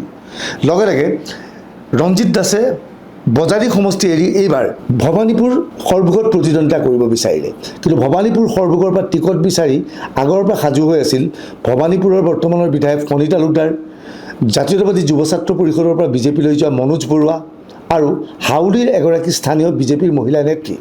কিন্তু পুনৰ ৰঞ্জিত দাস উভতি যোৱাৰ লগে লগে ৰঞ্জিত দাসৰ বিৰুদ্ধে চিপৰাং মৰাৰ ৰাজনীতি আৰম্ভ হৈছে বুলি বিভিন্নজনে ক'ব বিচাৰে। মই অৱশ্যে কাৰো নাম ক'ব নিবিচাৰোঁ। কিন্তু আমাৰ এক্সিট পল অনুসৰি ৰঞ্জিত দাসে মুছলমানৰ ভোট পাবলৈ যথেষ্ট পৰিশ্ৰম কৰিছিল। কিছু পৰিমাণৰ মুছলমানৰ ভোট তেওঁ এইবাৰ লাভ কৰিবলৈ সক্ষম হৈছে। দ্বিতীয়তে হিন্দু ভোটাৰৰ মাজত এক জোৱাৰৰ সৃষ্টি হৈছিল। মনোৰঞ্জন তালুকদাৰ যিজন বামপন্থী প্ৰাৰ্থী, তেওঁৰ পৰিৱৰ্তে হিন্দু ভোট ৰঞ্জিত দাসৰ সপক্ষে গৈছে। সেই সূত্ৰে এই সমষ্টিটোৰ পৰা পুনৰ ৰঞ্জিত দাস বিজয়ী হৈ আহিব বুলি আমাৰ সমীক্ষাত তথ্য দিছে। বৰপেটাত ইতিমধ্যে কংগ্ৰেছ প্ৰাৰ্থীগৰাকীৰ মনোনয়ন পত্ৰ নাকচ হৈছিল, গতিকে বৰপেটাত অসম গণ পৰিষদৰ দীপক দাস বিজয়ী হোৱাটো নিশ্চিত। কোনোবাই কয় নিৰ্দলীয় প্ৰাৰ্থীয়ে প্ৰতিদ্বন্দ্বিতা কৰিছে, কিন্তু আমাৰ এক্সিট পল অনুসৰি কোনো ধৰণৰ প্ৰতিদ্বন্দ্বিতা হোৱা নাই। পাকা পেটবাৰী তাত জাকিৰ হুছেইন চিকদাৰ কংগ্ৰেছৰ আছে, AIDFৰ সৈতে জাকিৰ হুছেইন চিকদাৰৰ প্ৰতিদ্বন্দ্বিতা হৈছে, কিন্তু সাংগঠনিকভাৱে জাকিৰ হুছেইন চিকদাৰ যথেষ্ট শক্তিশালী। পাকা পেটবাৰী এইবাৰ কংগ্ৰেছে লাভ কৰাটো নিশ্চিত। হাজো শুৱালকুছিত কি হ'ব? হাজো শুৱালকুছিত তৃণমূল কংগ্ৰেছৰ ফালৰ পৰা দুলু আহমেদে তেওঁৰ পত্নীক থিয় কৰাইছে। নন্দিতা দাস পূৰ্বৰ আন সমষ্টিৰ কংগ্ৰেছৰ বিধায়িকা, তেওঁ আহিছে হাজোলৈ। লগত আছে বিজেপিৰ পৰা অগপত যোগদান কৰোৱা প্ৰকাশ দাস। আচলতে বিজেপিয়ে ভাবিছে যে ইয়াত যিহেতু যথেষ্ট সংখ্যক মুছলিম ভোটাৰ আছে, বিজেপি প্ৰাৰ্থী থিয় হ'লে মুছলিম ভোটাৰ ভোট লাভ নকৰিব। সেয়েহে বিজেপিৰ নেতা প্ৰকাশ দাসক অগপত যোগদান কৰাই তেওঁক অগপৰ প্ৰাৰ্থীৰ ৰূপে থিয় কৰা হৈছে। খবৰ অনুসৰি এই হাজো শুৱালকুছিৰ এক বৃহৎ অংশ, যিটো হিমন্ত বিশ্ব শৰ্মাৰ জালুকবাৰী সমষ্টিৰ অধীনস্থ আছিল, সেই অংশটোৰ পৰা পূৰ্ণ সমৰ্থন লাভ কৰিছে প্ৰকাশ দাসে। পুৰণা হাজোৰ পৰাও যথেষ্ট সমৰ্থন পাইছে প্ৰকাশ দাসে। প্ৰকাশ দাস সদৌ অসম ছাত্ৰ সন্থাৰ সৈতে জড়িত আছিল, গতিকে হিন্দু মুছলমান সকলোৰে মাজত জনপ্ৰিয়। গতিকে স্বাভাৱিকতেই এই সমষ্টিৰ পৰা বিজয়ী হৈ আহিব প্ৰকাশ দাস। এটা সমষ্টি আমাৰ বাদ থাকি পৰি গৈছিল বজালীত কি হ'ব? বজালীত এইবাৰ অসম গণ পৰিষদক টিকট দিয়া হ'ল। মুখ্যমন্ত্ৰী হিমন্ত বিশ্ব শৰ্মাই প্ৰতিষ্ঠিত ব্যক্তিক অগপক টিকট দিবলৈ কৈছিল যদিও শেষ মুহূৰ্তত অগপই ধৰ্মেশ্বৰ ৰয় নামৰ এজন প্ৰাৰ্থীক থিয় কৰালে। কংগ্ৰেছে এই আসনখন জাতীয়তাবাদী পৰিষদক এৰি দি দিলীপ বৰুৱাক থিয় কৰাইছে। দিলীপ বৰুৱাই পঞ্চায়তৰ নিৰ্বাচনত জিলা পৰিষদ জিকি আহিছিল। তেখেত এটা সময়ত অগপৰ কৰ্মী আছিল, কিন্তু দিলীপ বৰুৱাই কংগ্ৰেছৰ লগত সমৰ্থনত এই নিৰ্বাচনত প্ৰতিদ্বন্দ্বিতা কৰাৰ লগে লগে যথেষ্ট সমস্যাৰ সন্মুখীন হৈছে। বজালীত প্ৰায় 40,000ৰো অধিক কোচ ৰাজবংশীৰ ভোট আছে। ধৰ্মেশ্বৰ ৰায় যিহেতু কোচ ৰাজবংশীৰ প্ৰাৰ্থী, গতিকে পোনে পোনে কোচ ৰাজবংশীৰ ভোট ধৰ্মেশ্বৰ ৰায়লৈ আহিছে। আৰু প্ৰাথমিক অৱস্থাত একাংশ বিজেপি নেতাই আনকি ৰঞ্জিত দাসৰ বিৰুদ্ধে অভিযোগ উত্থাপন হৈছিল যে মুখ্যমন্ত্ৰীৰ যিখন সভা, সেই সভাখনত যিধৰণে মানুহ আনিব লাগিছিল সেইধৰণে ৰঞ্জিত দাসে মানুহ অনাত ব্যৰ্থ হৈছিল। কিন্তু জয়ন্ত মল্ল বৰুৱাই এই সমষ্টিটোত বাহৰ পাতি থাকি শেহতীয়াভাৱে সমষ্টিটোত অগপৰ প্ৰাৰ্থীজনৰ স্থিতি শক্তিশালী কৰে আৰু বজালী আসনখন অসম গণ পৰিষদে লাভ কৰাটো নিশ্চিত হৈ পৰে। এতিয়া চৰ্চাত থকা এটা সমষ্টি হৈছে বৰক্ষেত্ৰী। সমষ্টি নিৰ্ধাৰণ কৰাৰ পিছত বৰক্ষেত্ৰীত যথেষ্ট সংখ্যক হিন্দু ভোটাৰে স্থান লাভ কৰিছে। মুছলমান ভোটাৰৰ মাজত কংগ্ৰেছৰ প্ৰাৰ্থী দিগন্ত বৰ্মন যেনেকৈ জনপ্ৰিয়, বিজেপিৰ নাৰায়ণ দাসো সমানেই জনপ্ৰিয়। চৰ অঞ্চলত দুয়োজনৰ মাজত ভোট বিভাজিত হৈছে। হিন্দু ভোটাৰে অধিক হাৰত ভোট দিছে বৰক্ষেত্ৰীত নাৰায়ণ দাসক। গতিকে আমি ভাবোঁ এই সমষ্টিটোৰ পৰা নাৰায়ণ দাস বিজয়ী হোৱাৰ সম্ভাৱনা আছে, কিন্তু শেষ মুহূৰ্তত কংগ্ৰেছো জিকিব পাৰে। তৎসত্ত্বেও আমাৰ এক্সিট পলে বৰক্ষেত্ৰী আসনখন আমি নাৰায়ণ ডেকাক দিব বিচাৰিছোঁ লগতে আমি কওঁ নলবাৰী সমষ্টিত কোনো ধৰণৰ প্ৰতিদ্বন্দ্বিতা হোৱা নাই কংগ্ৰেছৰ অশোক শৰ্মাৰ স্থিতি খুবেই দুৰ্বল জয়ন্ত মল্ল বৰুৱাৰ স্থিতি বহুত মজবুত বহুত হাৰত বহুত ভোটৰ ব্যৱৰ্তনত নলবাৰীত আচলতে বিজয়ী হ'ব জয়ন্ত মল্ল বৰুৱা টিহুক লৈ বহুতে ক'ব বিচাৰে টিহুৰ নতুন অংশৰ ভোটাৰে আচলতে চন্দ্ৰমোহন পাটোৱাৰীক ভোট দিয়া নাই কিন্তু নহয় কোনো প্ৰাৰ্থী চোৱা নাই মই পুনৰ কৈছোঁ হিমন্ত বিশ্ব শৰ্মাৰ মুখলৈ চাই অসমীয়াই ভোটদান কৰিছে হিন্দুৱে ভোটদান কৰিছে টিহুটো অতি সুন্দৰ ভোটৰ ব্যৱৰ্তনত বিজয়ী হ'ব চন্দ্ৰমোহন পাটোৱাৰী অৰ্থাৎ বৰপেটালৈকে আমি যিখিনি ধাৰণা কৰিলোঁ বৰপেটাত এই পৰ্যন্ত মোৰ এক্সিট পলৰ মুঠ এখন 30খন বিজেপিয়ে অগপই মিলি 11খন কংগ্ৰেছে 11খন বিপিএফে 6খন UPPL 1খন আৰু অন্যান্য 1খন লাভ কৰিছে এয়া আছিল বৰপেটা লোকসভা সমষ্টিলৈকে আমাৰ 3টা লোকসভা সমষ্টিৰ অধীনস্থ 30টা বিধানসভা সমষ্টিৰ ওপৰত সমীক্ষা বৰপেটা লোকসভা সমষ্টিৰ অধীনস্থ বিধানসভা সমষ্টিকেইটাৰ ওপৰত আমি সমীক্ষা আগবঢ়ালোঁ আমি দৰ্শকসকলক কৈছোঁ এই পৰ্যন্ত প্ৰায় 30টা বিধানসভা সমষ্টিত আচলতে কি হ'ব কি নহ'ব দেখুৱাইছোঁ এই পৰ্যন্ত দেখা গৈছে কংগ্ৰেছৰ আৰু বিজেপিৰ মিত্ৰজোঁট প্ৰায় সমানে আগবাঢ়ি আছে কিন্তু পৰৱৰ্তী সময়ত কি হ'ব আমাৰ এক্সিট পলৰ বিতং তথ্য সদৰি কৰিম এইবাৰ আমি কথা পাতিব ওলাইছোঁ দৰং ওদালগুৰি লোকসভা সমষ্টিৰ অধীনস্থ বিধানসভা সমষ্টিকেইটা দৰং ওদালগুৰিত অধীনস্থ মুঠ বিধানসভা সমষ্টিৰ সংখ্যা হৈছে 11টা এই সমষ্টিকেইটা হৈছে ৰঙিয়া কমলপুৰ তামুলপুৰ গুৰেশ্বৰ ভেৰগাঁও ওদালগুৰি মাজবাট টংলা চিপাঝাৰ মঙলদৈ আৰু দলগাঁও এই সমষ্টিকেইটাত বিজেপি BPF যথেষ্ট শক্তিশালী স্থিতিত আছে আমাৰ যি এক্সিট পলে কৈছে প্ৰথমে আমি ৰঙিয়া সমষ্টিটোত ভৱেশ কলিতা এইবাৰ প্ৰতিদ্বন্দ্বিতা কৰিছে প্ৰাৰ্থী চূড়ান্ত কৰাৰ সময়ত দিলীপ শইকীয়াই বাৰে বাৰে আচলতে ভৱেশ কলিতাৰ প্ৰাৰ্থিত্বৰ বিৰোধিতা কৰিছিল কিন্তু শেষ মুহূৰ্তত অমিত শ্বাহে ৰঙিয়াৰ পৰাই পুনৰ ভৱেশ কলিতাক থিয় কৰাইছে ভৱেশ কলিতাৰ শক্তিশালী স্থিতি আছে ৰঙিয়া বিধানসভা সমষ্টিত আচলতে প্ৰাণজিৎ চৌধুৰী কংগ্ৰেছৰ পাৰ্টীত বিশাল ৰেলীৰ আয়োজন কৰিছিল কিন্তু আমাৰ সমীক্ষাৰ শেহতীয়া তথ্য অনুসৰি ৰঙিয়া এইবাৰো বিজেপিয়ে লাভ কৰিব অৰ্থাৎ ভৱেশ কলিতা এই সমষ্টিটোৰ পৰা বিজয়ী হ'ব আটাইতকৈ চৰ্চাত থকা এটা সমষ্টি হৈছে কমলপুৰৰ বিধায়ক হৈছে দিগন্ত কলিতা এই সমষ্টিটোত অংকুৰ ডেকা নামৰ এজন বিজেপি কৰ্মীয়ে নিৰ্দলীয় ৰূপত প্ৰতিদ্বন্দ্বিতা কৰিছে অংকুৰ ডেকাক বিজেপিৰ একাংশ নেতাই সহযোগ কৰিছে বুলি দিগন্ত কলিতাই বিভিন্ন সময়ত ইংগিত দিছে অংকুৰৰ লগত যথেষ্ট সংখ্যক যুৱ ভোটাৰ আছিল বিজেপিৰ পুৰণা কৰ্মীও আছিল ইয়াৰ লগে লগে ইয়াত সত্যব্ৰত কলিতা এসময়ৰ বিধায়ক কমলপুৰৰ কংগ্ৰেছৰ পৰা সত্যব্ৰত কলিতাই উঠিছে গতিকে স্বাভাৱিকতে বহুতে ক'ব বিচাৰিছে যিহেতু অংকুৰ ডেকাই বিজেপিৰ বহু ভোট লৈ যাব গতিকে এইবাৰ দিগন্ত কলিতা পৰাস্ত হৈ সত্যব্ৰত কলিতা এই সমষ্টিটোত বিজয়ী হ'ব নেকি কিন্তু আমাৰ এক্সিট পলে সম্পূৰ্ণ ভিন্ন তথ্য দিছে এই যিটো কমলপুৰ সমষ্টি এই সমষ্টিটোত পূৰ্বৰ হিমন্ত বিশ্ব শৰ্মাৰ জালুকবাৰী সমষ্টিৰ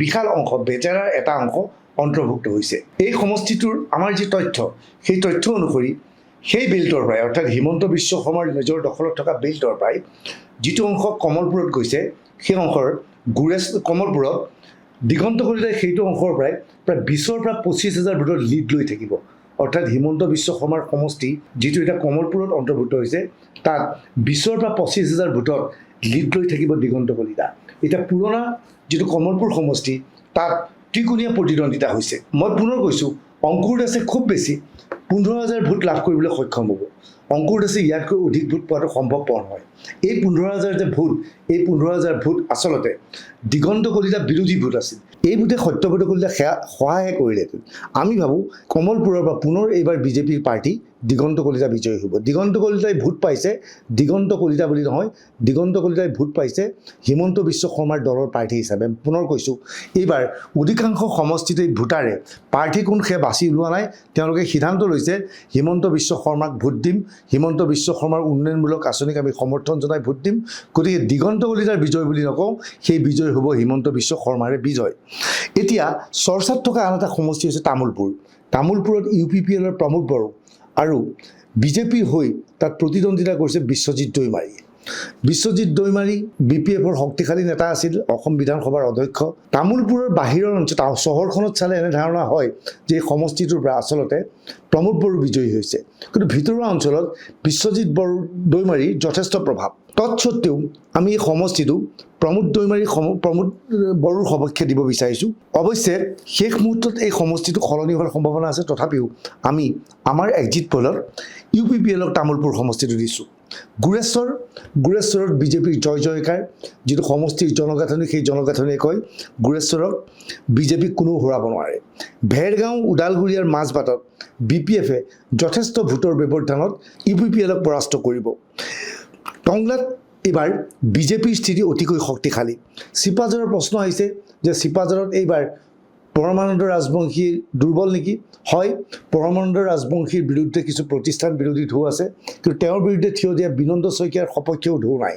হিমন্ত বিশ্ব শৰ্মাৰ সপক্ষে মহিলা ভোটাৰে ভোট দিবলৈ যথেষ্ট হাৰত আগবাঢ়ি আহিছে।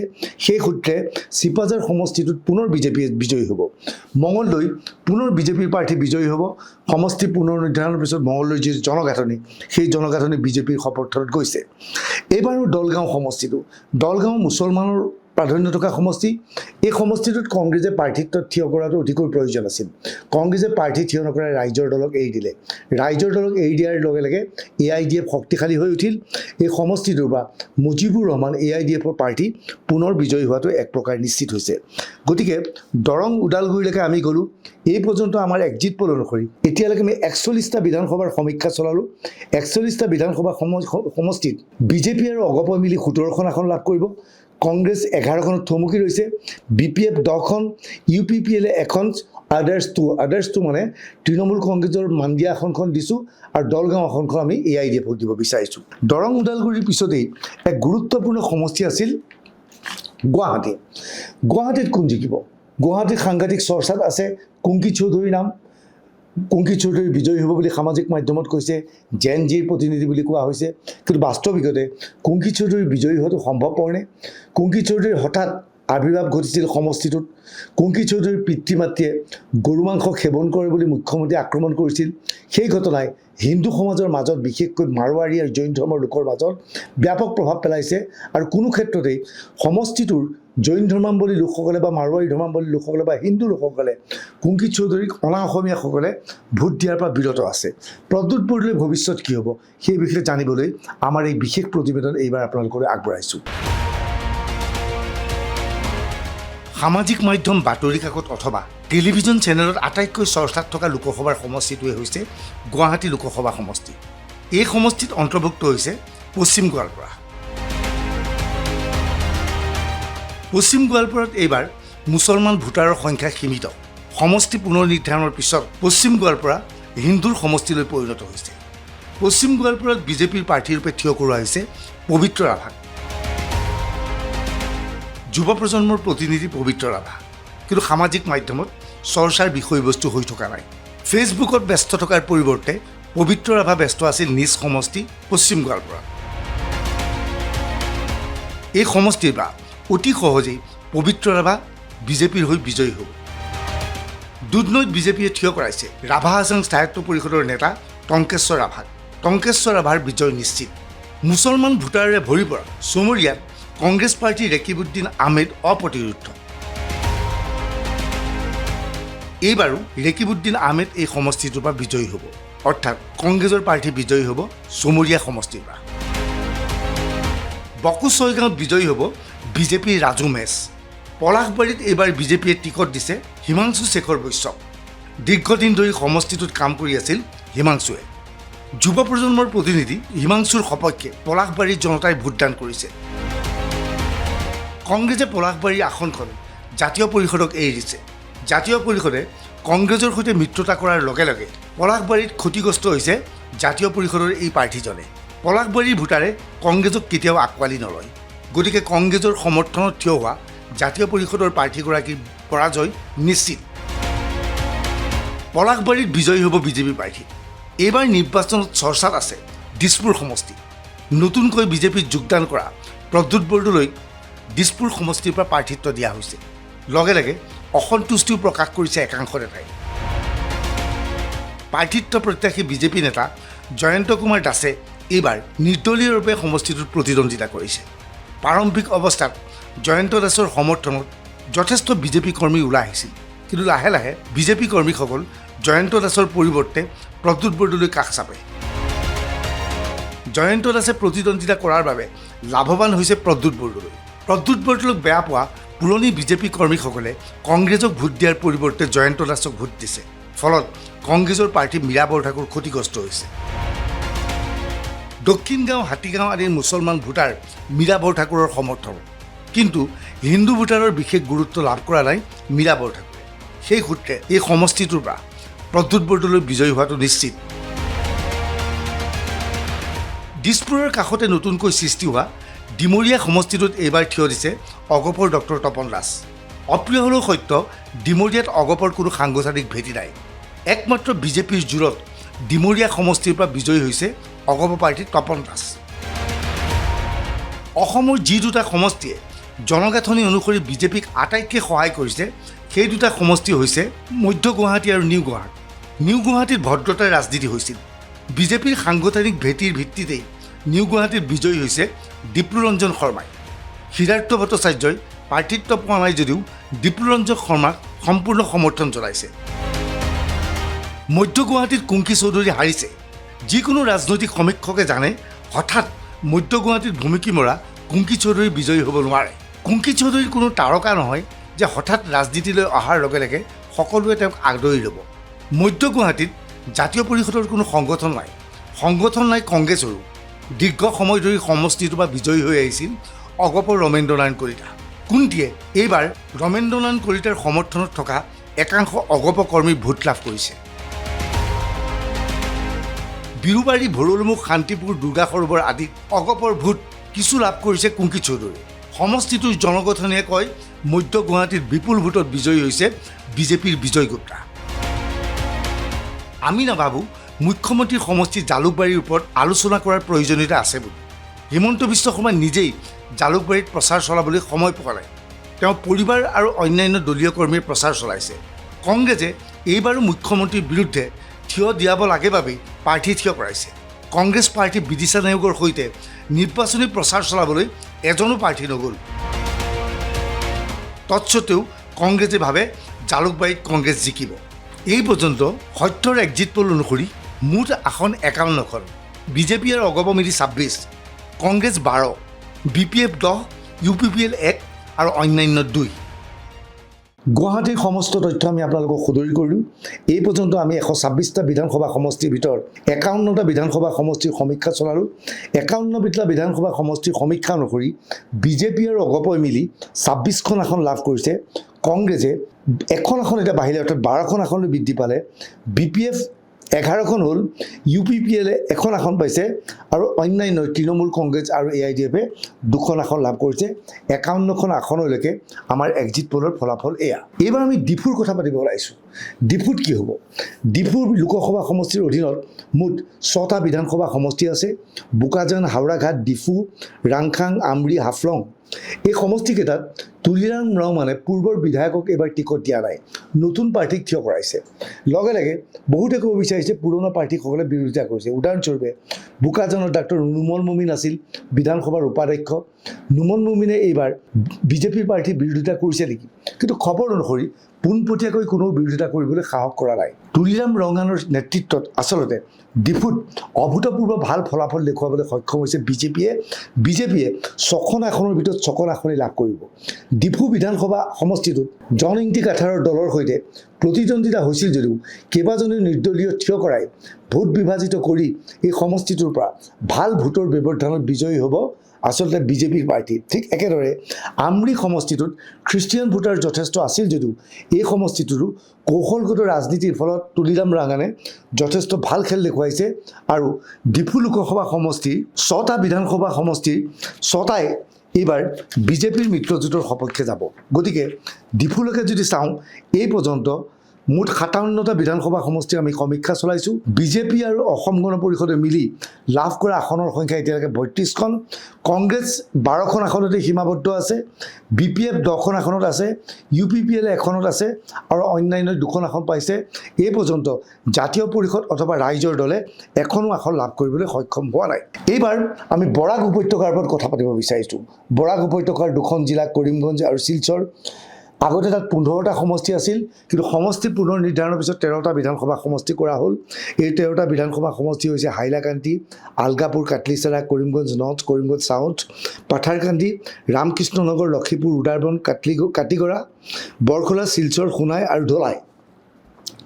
এই 9টা সমষ্টিৰ ভিতৰত 4টাত মুছলমান ভোটাৰৰ সংখ্যাগৰিষ্ঠতা আছে কিন্তু আমাৰ সমীক্ষা অনুসৰি ইয়াৰে 9টা সমষ্টিত বিজেপি জিকিবলৈ সক্ষম হৈছে তাত হিন্দু মুছলমানৰ সাংঘাতিক ৰাজনীতি হৈছে বৰাকত 9খন আসন বিজেপিয়ে পোৱাৰ বিপৰীতে কংগ্ৰেছে 4খন আসন পাইছে অৱশ্যে সোণাই সমষ্টিটোত অসম গণ পৰিষদৰ হৈ প্ৰতিদ্বন্দ্বিতা কৰা কৰিমুদ্দিন বৰভূঞাই তীব্ৰ প্ৰতিদ্বন্দ্বিতা কৰিছে বুলি এটা উৎসই আমাক জনাইছে কিন্তু তথাপিও এই আসনখন আমি অসম গণ পৰিষদক দিয়াৰ পৰিৱৰ্তে কংগ্ৰেছক দিব বিচাৰিছোঁ অৰ্থাৎ এই পৰ্যন্ত বৰাক উপত্যকালৈকে যে আমি সমীক্ষা চলালোঁ 126টাৰ ভিতৰত 70টা সমষ্টিৰ সমীক্ষা অনুসৰি বিজেপিৰ মিত্ৰজোঁটে 41খন কংগ্ৰেছে 16খন বিপিএফে 10খন ইউপিপিএলে 1খন আৰু অন্যান্য অৰ্থাৎ তৃণমূল কংগ্ৰেছ আৰু এআইডিএফে এখনকৈ 2খন আসন লাভ কৰিছে অৰ্থাৎ 70খন আসনৰ ভিতৰত বিজেপিৰ মিত্ৰজোঁটে 41খন আসনত এই পৰ্যন্ত আগবাঢ়ি আছে এইবাৰ আমি কথা পাতিব বিচাৰিছোঁ নগাঁও লোকসভা সমষ্টিৰ অধীনস্থ বিধানসভা সমষ্টিকেইটাত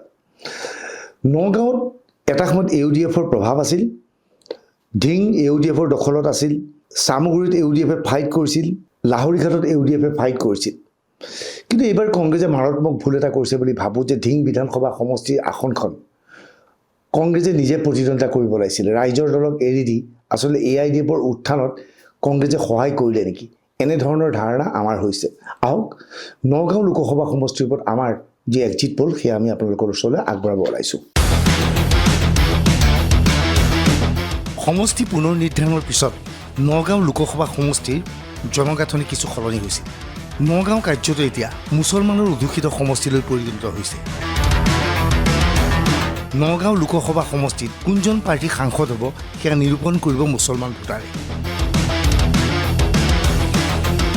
কিন্তু সেই নগাঁও লোকসভা সমষ্টিৰ অধীনস্থ 8টা বিধানসভা সমষ্টিত এইবাৰ কি হ'ব তাৰ বিষয়ে বিতং এক্সিট পোল আমি এইবাৰ আগবঢ়াব ওলাইছোঁ নগাঁও লোকসভা সমষ্টিৰ অধীনস্থ জাগিৰোড এছচিৰ বাবে সংৰক্ষিত এটা সমষ্টি এই সমষ্টিৰ বিধায়ক হ'ল পীযুষ হাজৰিকা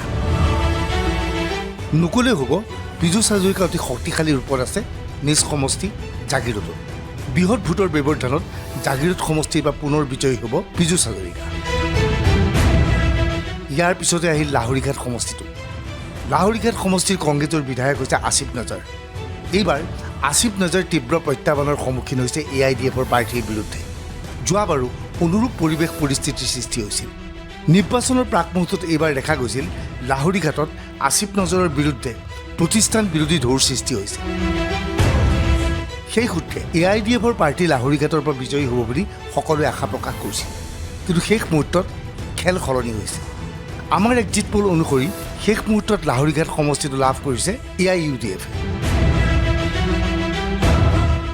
অৱশ্যে কংগ্ৰেছৰ একাংশ নেতাই দাবী কৰে এই আসনখন শেষ মুহূৰ্তত কংগ্ৰেছে পাব কিন্তু আমি এই আসনখন এআইইউডিএফক দিব বিচাৰোঁ এইবাৰ আহিল মৰিগাঁও সমষ্টিত ৰমাকান্ত দেউৰী এতিয়াও শক্তিশালী স্থিতিত আছে কংগ্ৰেছে এই সমষ্টিটোত প্ৰাৰ্থী থিয় নকৰালে বৰঞ্চ জাতীয় পৰিষদৰ বাণী দাসক প্ৰাৰ্থিত্ব দিয়া হ'ল মৰিগাঁৱৰ তিৱা সম্প্ৰদায়ৰ মাজত বাণী দাসে বিশেষ প্ৰভাৱ বিস্তাৰ কৰিবলৈ সক্ষম হোৱা নাই বাণী দাসৰ প্ৰচাৰ কেৱল মৰিগাঁও চহৰৰ মাজতেই সীমাবদ্ধ আছে ইয়াৰ বিপৰীতে গ্ৰাম্যাঞ্চলত ব্যাপক প্ৰভাৱ বিস্তাৰ কৰিছে ৰমাকান্ত দেউৰীয়ে সেই সূত্ৰে ৰমাকান্ত দেউৰী পুনৰ নগাঁৱৰ এই মৰিগাঁও বিধানসভা সমষ্টিৰ পৰা বিজয়ী হ'ব নগাঁও লোকসভাৰ এটা তাৎপৰ্যপূৰ্ণ সমষ্টি হৈছে ঢিং বটদ্ৰোৱাৰ এটা অংশ কাটি নি ঢিং সমষ্টিটো সৃষ্টি কৰা হৈছে বিশেষকৈ মুছলমান অধ্যুষিত সমষ্টি এইটো এই সমষ্টিটো পূৰ্বে এআইডিএফৰ বিধায়ক আমিনুল ইছলামৰ দখলত আছিল আমিনুল ইছলামৰ বিৰুদ্ধে যথেষ্ট প্ৰতিষ্ঠান বিৰোধী ঢৌ সেয়েহে এইবাৰ এই সমষ্টিটোত কংগ্ৰেছে প্ৰাৰ্থী থিয় কৰাৰ প্ৰয়োজনীয়তা আছিল কিন্তু শেষ মুহূৰ্তত কংগ্ৰেছে নিজাববীয়াকৈ প্ৰাৰ্থী থিয় নকৰাই ৰাইজৰ দলৰ প্ৰাৰ্থীক ঢিং সমষ্টিটো এৰি দিলে ৰাইজৰ দলৰ প্ৰাৰ্থীয়ে গেছ চিলিণ্ডাৰ প্ৰতীক চিহ্ন লৈ এই নিৰ্বাচনত প্ৰতিদ্বন্দ্বিতা কৰিছে নাটকীয়ভাৱে হঠাৎ সমষ্টিটোত আগবাঢ়ি গৈছে এআইডিএফ আচলতে ঢিঙৰ কংগ্ৰেছ কৰ্মী তথা কংগ্ৰেছ নেতাসকলে শেষ মুহূৰ্তত এআইডিএফক সমৰ্থন দিয়াৰ সিদ্ধান্ত গ্ৰহণ কৰিছে এই কংগ্ৰেছ কৰ্মীসকলৰ মতে ঢিঙৰ পৰা যদিহে ৰাইজৰ দলৰ প্ৰাৰ্থী বিজয়ী হয় অদূৰ ভৱিষ্যতে কংগ্ৰেছে এই সমষ্টিটোত খেলিব নোৱাৰিব গতিকে কংগ্ৰেছৰ প্ৰাৰ্থিত্ব প্ৰত্যাশী আৰু কংগ্ৰেছ কৰ্মীসকলে শেষ মুহূৰ্তত এআইডিএফৰ প্ৰাৰ্থীক বিজয়ী কৰিবলৈ চেষ্টা চলাইছে বহুতে ক'ব বিচাৰে ঢিং সমষ্টিৰ পৰা ৰাইজৰ দলৰ প্ৰাৰ্থী বিজয়ী হ'ব কিন্তু আমাৰ এক্সিট পোল অনুসৰি ঢিং সমষ্টিৰ পৰা AIDFৰ প্ৰাৰ্থী বিজয়ী হোৱাৰ সম্ভাৱনা প্ৰবল। এইবাৰ আহোঁ ৰূপহীয়াত সমষ্টিলৈ। ৰূপহীয়াত সমষ্টিত নুৰুল হুদাৰ বিৰুদ্ধে প্ৰতিষ্ঠান বিৰোধী ঢৌ আছে। সমষ্টি পুনৰ নিৰ্ধাৰণৰ পিছত ঢিঙৰ কেইবাটাও পঞ্চায়ত অন্তৰ্ভুক্ত হৈছে ৰূপহীত। এইবাৰ ৰূপহীত প্ৰতিদ্বন্দ্বিতা কৰিছে AIDFৰ হৈ আমিনুল ইছলাম। আমিনুল ইছলাম আৰু নুৰুল হুদাৰ মাজত তীব্ৰ প্ৰতিদ্বন্দ্বিতা হৈছিল। কিন্তু সাংগঠনিকভাৱে কংগ্ৰেছ সমষ্টিটোত শক্তিশালী।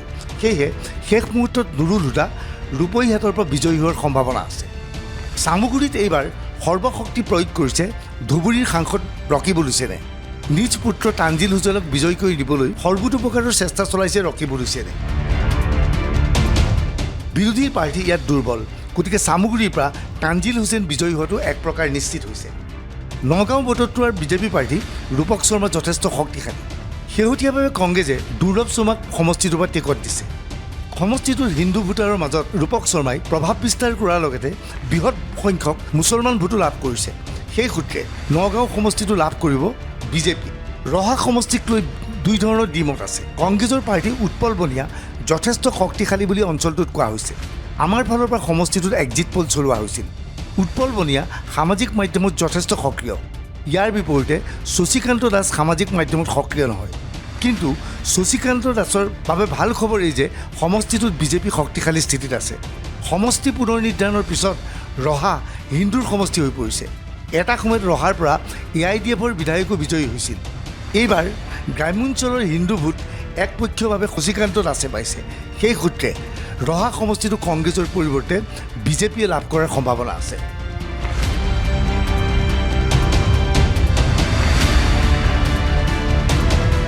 এয়া আছিল নগাঁও লোকসভা সমষ্টিৰ ওপৰত আমাৰ এক্সিট পল। এই পৰ্যন্ত আমি যিকেইটা সমষ্টি পৰ্যালোচনা কৰিলোঁ সেই অনুসৰি 78টা সমষ্টিৰ আমি এতিয়ালৈকে পৰ্যালোচনা কৰিছোঁ। 78টা সমষ্টিৰ মাজৰে 45টাত অসম গণ পৰিষদ আৰু বিজেপিৰ মিত্ৰজোঁট আগবাঢ়ি আছে। কংগ্ৰেছ আৰু তেওঁলোকৰ মিত্ৰজোঁটে 18খন আসনত আগবাঢ়ি আছে। BPFে 10খন আসনত আগবাঢ়ি আছে। UPPLে এখনত, আদাৰ্ছে অন্যান্য 4খনত। ইয়াৰ ভিতৰত তৃণমূল কংগ্ৰেছ এখনত আছে আৰু AIDFে 3খন আসনত আগবাঢ়ি আছে। এয়া আছিল নগাঁৱলৈকে আলোচনা। এতিয়া আমি কাজিৰঙাৰ ওপৰত বিতং আলোচনা কৰিব বিচাৰিছোঁ। সমষ্টি পুনৰ নিৰ্ধাৰণৰ পিছত কাজিৰঙাত কি হ'ল?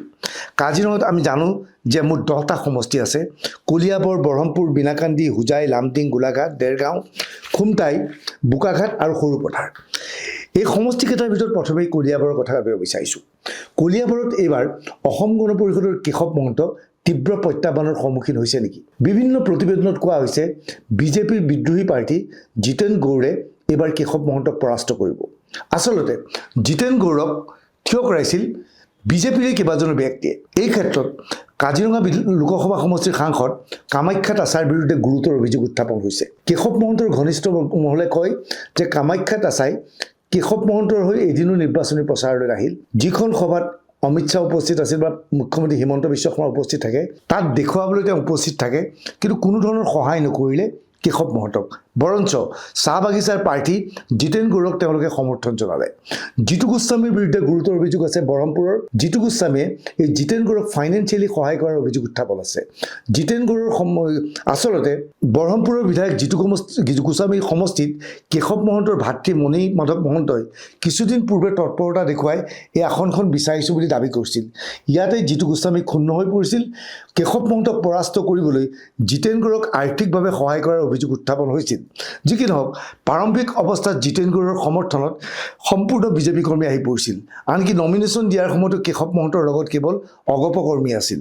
কিন্তু কেশৱ মহন্তৰ প্লাছ পইণ্ট এই যে বিজেপিৰ ভৰসাত ৰৈ নাথাকি তেওঁ সমষ্টিটোত অগপ কৰ্মীক যথেষ্ট শক্তিশালী কৰিবলৈ সক্ষম হৈছিল। এইবাৰ কলিয়াবৰত কাৰ্যত অগপ বনাম বিজেপিৰ মাজত প্ৰতিদ্বন্দ্বিতা হৈছে বুলি ক'লে ভুল কোৱা নহ'ব। কংগ্ৰেছে ৰাইজৰ দলক আসনখন এৰি দিলে।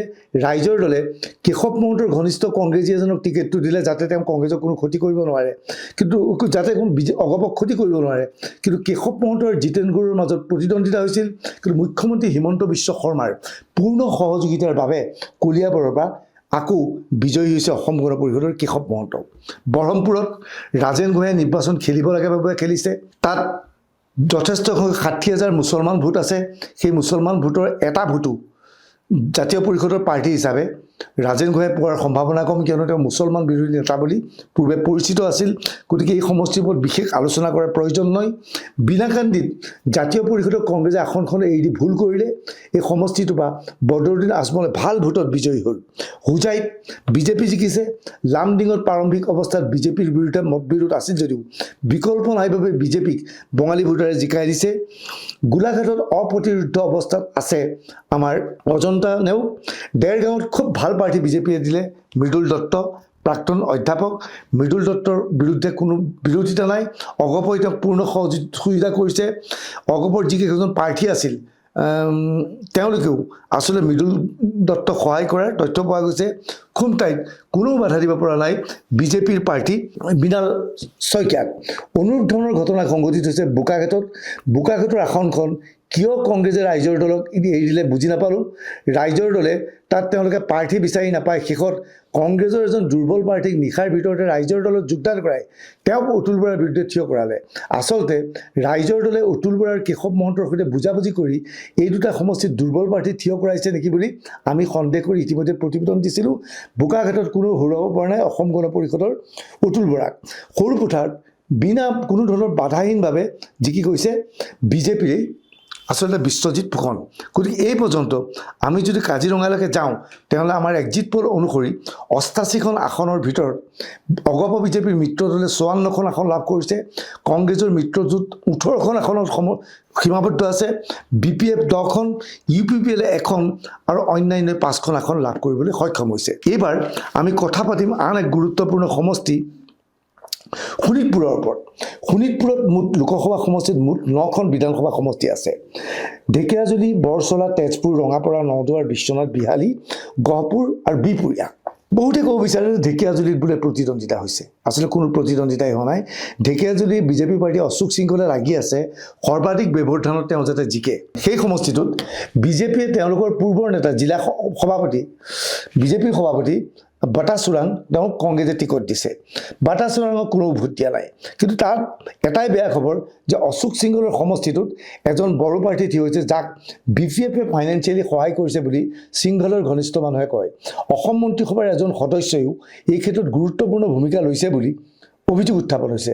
কিন্তু আমাৰ খবৰ অনুসৰি ঢেকীয়াজুলিত বৃহৎ ভোটৰ ব্যৱধানত বিজয়ী হ'ব অশোক সিংহল। বৰচলাক লৈ বহুতে ক'ব বিচাৰে যে কংগ্ৰেছৰ ৰিপুণ বৰা জিকিব। এই সমষ্টিটোৰ পৰা কংগ্ৰেছেই হওক বিজেপিয়ে হওক বিভিন্ন সময়ত নেপালী প্ৰাৰ্থীক টিকট দি আহিছে। কেতিয়াবা ৰুদ্ৰ পাৰাজুলি, কেতিয়াবা এই সমষ্টিৰ পৰা টংক বাহাদুৰ ৰয়, কেতিয়াবা গণেশ লিম্বু আৰু এইবাৰ তেজপুৰৰ পৰা লৈ যোৱা হৈছে ঋতুপৰণ শৰ্মাক। তেওঁ নেপালী সম্প্ৰদায়ৰ ব্যক্তি। গতিকে সমষ্টিটোত একাংশ লোকে প্ৰচাৰ চলাইছিল যে এইবাৰ আমি নেপালীক ভোট নিদিওঁ, আমি অসমীয়াক ভোট দিম। সেই সূত্ৰে ৰিপুণ বৰাৰ নাম চৰ্চাত আছিল। কিন্তু ৰিপুণ বৰাই সমষ্টিটোত বিশেষ প্ৰভাৱ বিস্তাৰ কৰিবলৈ সক্ষম হোৱা নাই। সমষ্টিটোত নতুনকৈ যথেষ্ট সংখ্যক বাগানৰ ভোট সোমাইছে। সেই ভোট পোনে পোনে গৈছে বিজেপি প্ৰাৰ্থীৰ সপক্ষে। এই সমষ্টিটোত ঝাৰখণ্ড মুক্তি মৰ্চাই এজন মুছলিম প্ৰাৰ্থী থিয় কৰাইছে। চাহ বাগিচাৰ ভোট এই প্ৰাৰ্থীজনে কোনো ক্ষেত্ৰতে ক্ষতি কৰিব পৰা নাই। গতিকে বাহিৰত দেখিবলৈ গ'লে ৰিপুণ বৰা বিজয়ী হৈছে বুলি কয় যদিও আচলতে বৰচলাত ভাল ভোটত বিজয়ী হৈছে ঋতুপৰণ শৰ্মা। তেজপুৰক লৈ বহুতে সন্দেহ প্ৰকাশ কৰিছে, কয় যে ৰাইজৰ দলৰ প্ৰাৰ্থী অলোক নাথে কংগ্ৰেছৰ সমৰ্থনত বিজয়ী হ'ব। আচলতে তেজপুৰত এটা কথিত কাহিনী আছে। অলোক নাথে মুঢ়াতেতিৰী অঞ্চলৰ এটা বিবাহ ভৱনক তেওঁ কাৰ্যালয় হিচাপে গঢ় লৈছে। এয়া তেজপুৰৰ কাহিনী। সেই বিবাহ ভৱনটোত এতিয়ালৈকে যিজন প্ৰাৰ্থীয়ে বিবাহ ভৱনটোক কাৰ্যালয় হিচাপে লৈ তেজপুৰৰ নিৰ্বাচনত প্ৰতিদ্বন্দ্বিতা কৰিছে সেইজনেই বোলে হাৰিছে। কেতিয়াবা জিএল আগৰৱালা উঠি হাৰিছিল, কেতিয়াবা ঈশ্বৰ প্ৰসন্ন হাজৰিকা হাৰিছিল। সেইটোৰ এটা অপবাদ আছে। যি কি নহওক, অলোক নাথৰ চিম্বল গেছ চিলিণ্ডাৰ। এতিয়া তেজপুৰৰ মুছলমান ভোটাৰে অলোক নাথক ভোট দিছে নে পৃথ্বীৰাজ দাবাক দিছে? অগপৰ পৃথ্বীৰাজ দাবাই জিলা পৰিষদত কলিয়াভোমোৰা অঞ্চলত অগপৰ প্ৰাৰ্থীক বিজয়ী কৰিছিল। গতিকে মুছলিম প্ৰাৰ্থীৰ ভোটাৰৰ মাজতো পৃথ্বীৰাজ দাবা যথেষ্ট জনপ্ৰিয়। অৱশ্যে বিজেপিৰ একাংশ নেতাই পৃথ্বীৰাজ দাবাক হৰুৱাবলৈ চেষ্টা চলাইছিল। আনকি সাংসদ ৰঞ্জিত দত্তৰ বিৰুদ্ধেও অভিযোগ উত্থাপন হৈছিল। কিন্তু ৰঞ্জিত দত্তই শেষত পূৰ্ণ সমৰ্থন আগবঢ়াইছিল পৃথ্বীৰাজ দাবাক। গতিকে এই সমষ্টিটোত যথেষ্ট ভাল ভোটৰ ব্যৱধানত পৃথ্বীৰাজ দাবা বিজয়ী হ'ব। ৰঙাপাৰাত কৃষ্ণ কমল তাঁতী বিজেপি, তেওঁৰ লগত কোনো প্ৰতিদ্বন্দ্বিতাই হোৱা নাই। নলদুৱাৰ পদ্ম হাজৰিকাৰ দৰে শক্তিশালী প্ৰাৰ্থীৰ বিৰুদ্ধে এজন নেপালী প্ৰাৰ্থী সুনীল ছেত্ৰীক থিয় কৰালে কংগ্ৰেছে। নেপালী ভোটাৰৰ মাজত তেওঁ সীমাবদ্ধ থাকিলে। কিছু ভোট তেওঁ লাভ কৰিছে যদিও পদ্ম হাজৰিকা এই সমষ্টিটোৰ অপ্ৰতিৰোধ। বহুতে ক'ব বিচাৰে বিশ্বনাথত এইবাৰ পল্লৱলোচন দাস হাৰিব, কিয়নো সেই সমষ্টিৰ বিধায়ক প্ৰমোদ বৰঠাকুৰক এইবাৰ টিকট দিয়া নহ'ল। অভিযোগ মতে প্ৰাৰম্ভিক অৱস্থাত প্ৰমোদ বৰঠাকুৰ আৰু তেওঁৰ সমৰ্থকসকলে পল্লৱলোচন দাসৰ সমৰ্থনত লগা নাছিল, কিন্তু মুখ্যমন্ত্ৰীয়ে এক নিৰ্দেশযোগে প্ৰমোদ বৰঠাকুৰক বিশ্বনাথৰ পৰিৱৰ্তে তেজপুৰ চোৱাৰ দায়িত্ব দিয়ে আৰু তেজপুৰলৈ প্ৰেৰণ কৰে। ইয়াৰ পিছত পল্লৱলোচন দাস সকলো শ্ৰেণীৰ ভোটাৰৰ মাজত সোমাবলৈ সক্ষম হয়, বিশেষকৈ মহিলা ভোটাৰৰ মাজত। এই সমষ্টিটোত যথেষ্ট সংখ্যক চাহ বাগিচাৰ ভোট আছে। কংগ্ৰেছে ভাবে যে JMM ঝাৰখণ্ড মুক্তি মৰ্চাৰ লগতে জয় ভাৰত পাৰ্টীৰ যিজন প্ৰাৰ্থীয়ে চাওতালী প্ৰাৰ্থী থিয় দিছিল তেওঁ আচলতে পল্লৱলোচন দাসৰ বহু ভোট নষ্ট কৰিছে। কিন্তু আমাৰ সমীক্ষা মতে এই প্ৰাৰ্থীজনে চাহ বাগিচাৰ খ্ৰীষ্টিয়ান ভোট আৰু চাওতালী ভোট প্ৰায় 10,000 মান ভোট লাভ কৰিব। সেই ভোটে পল্লৱলোচন দাসক কোনো ধৰণৰ অসুবিধা নেপেলাই পল্লৱলোচন দাস বিশ্বনাথৰ পৰা বিজয়ী হ'ব। বিহালীত মুনীন্দ্ৰ দাস নামৰ বিজেপি প্ৰাৰ্থীগৰাকী কোনো প্ৰতিদ্বন্দ্বিতাই হোৱা নাই।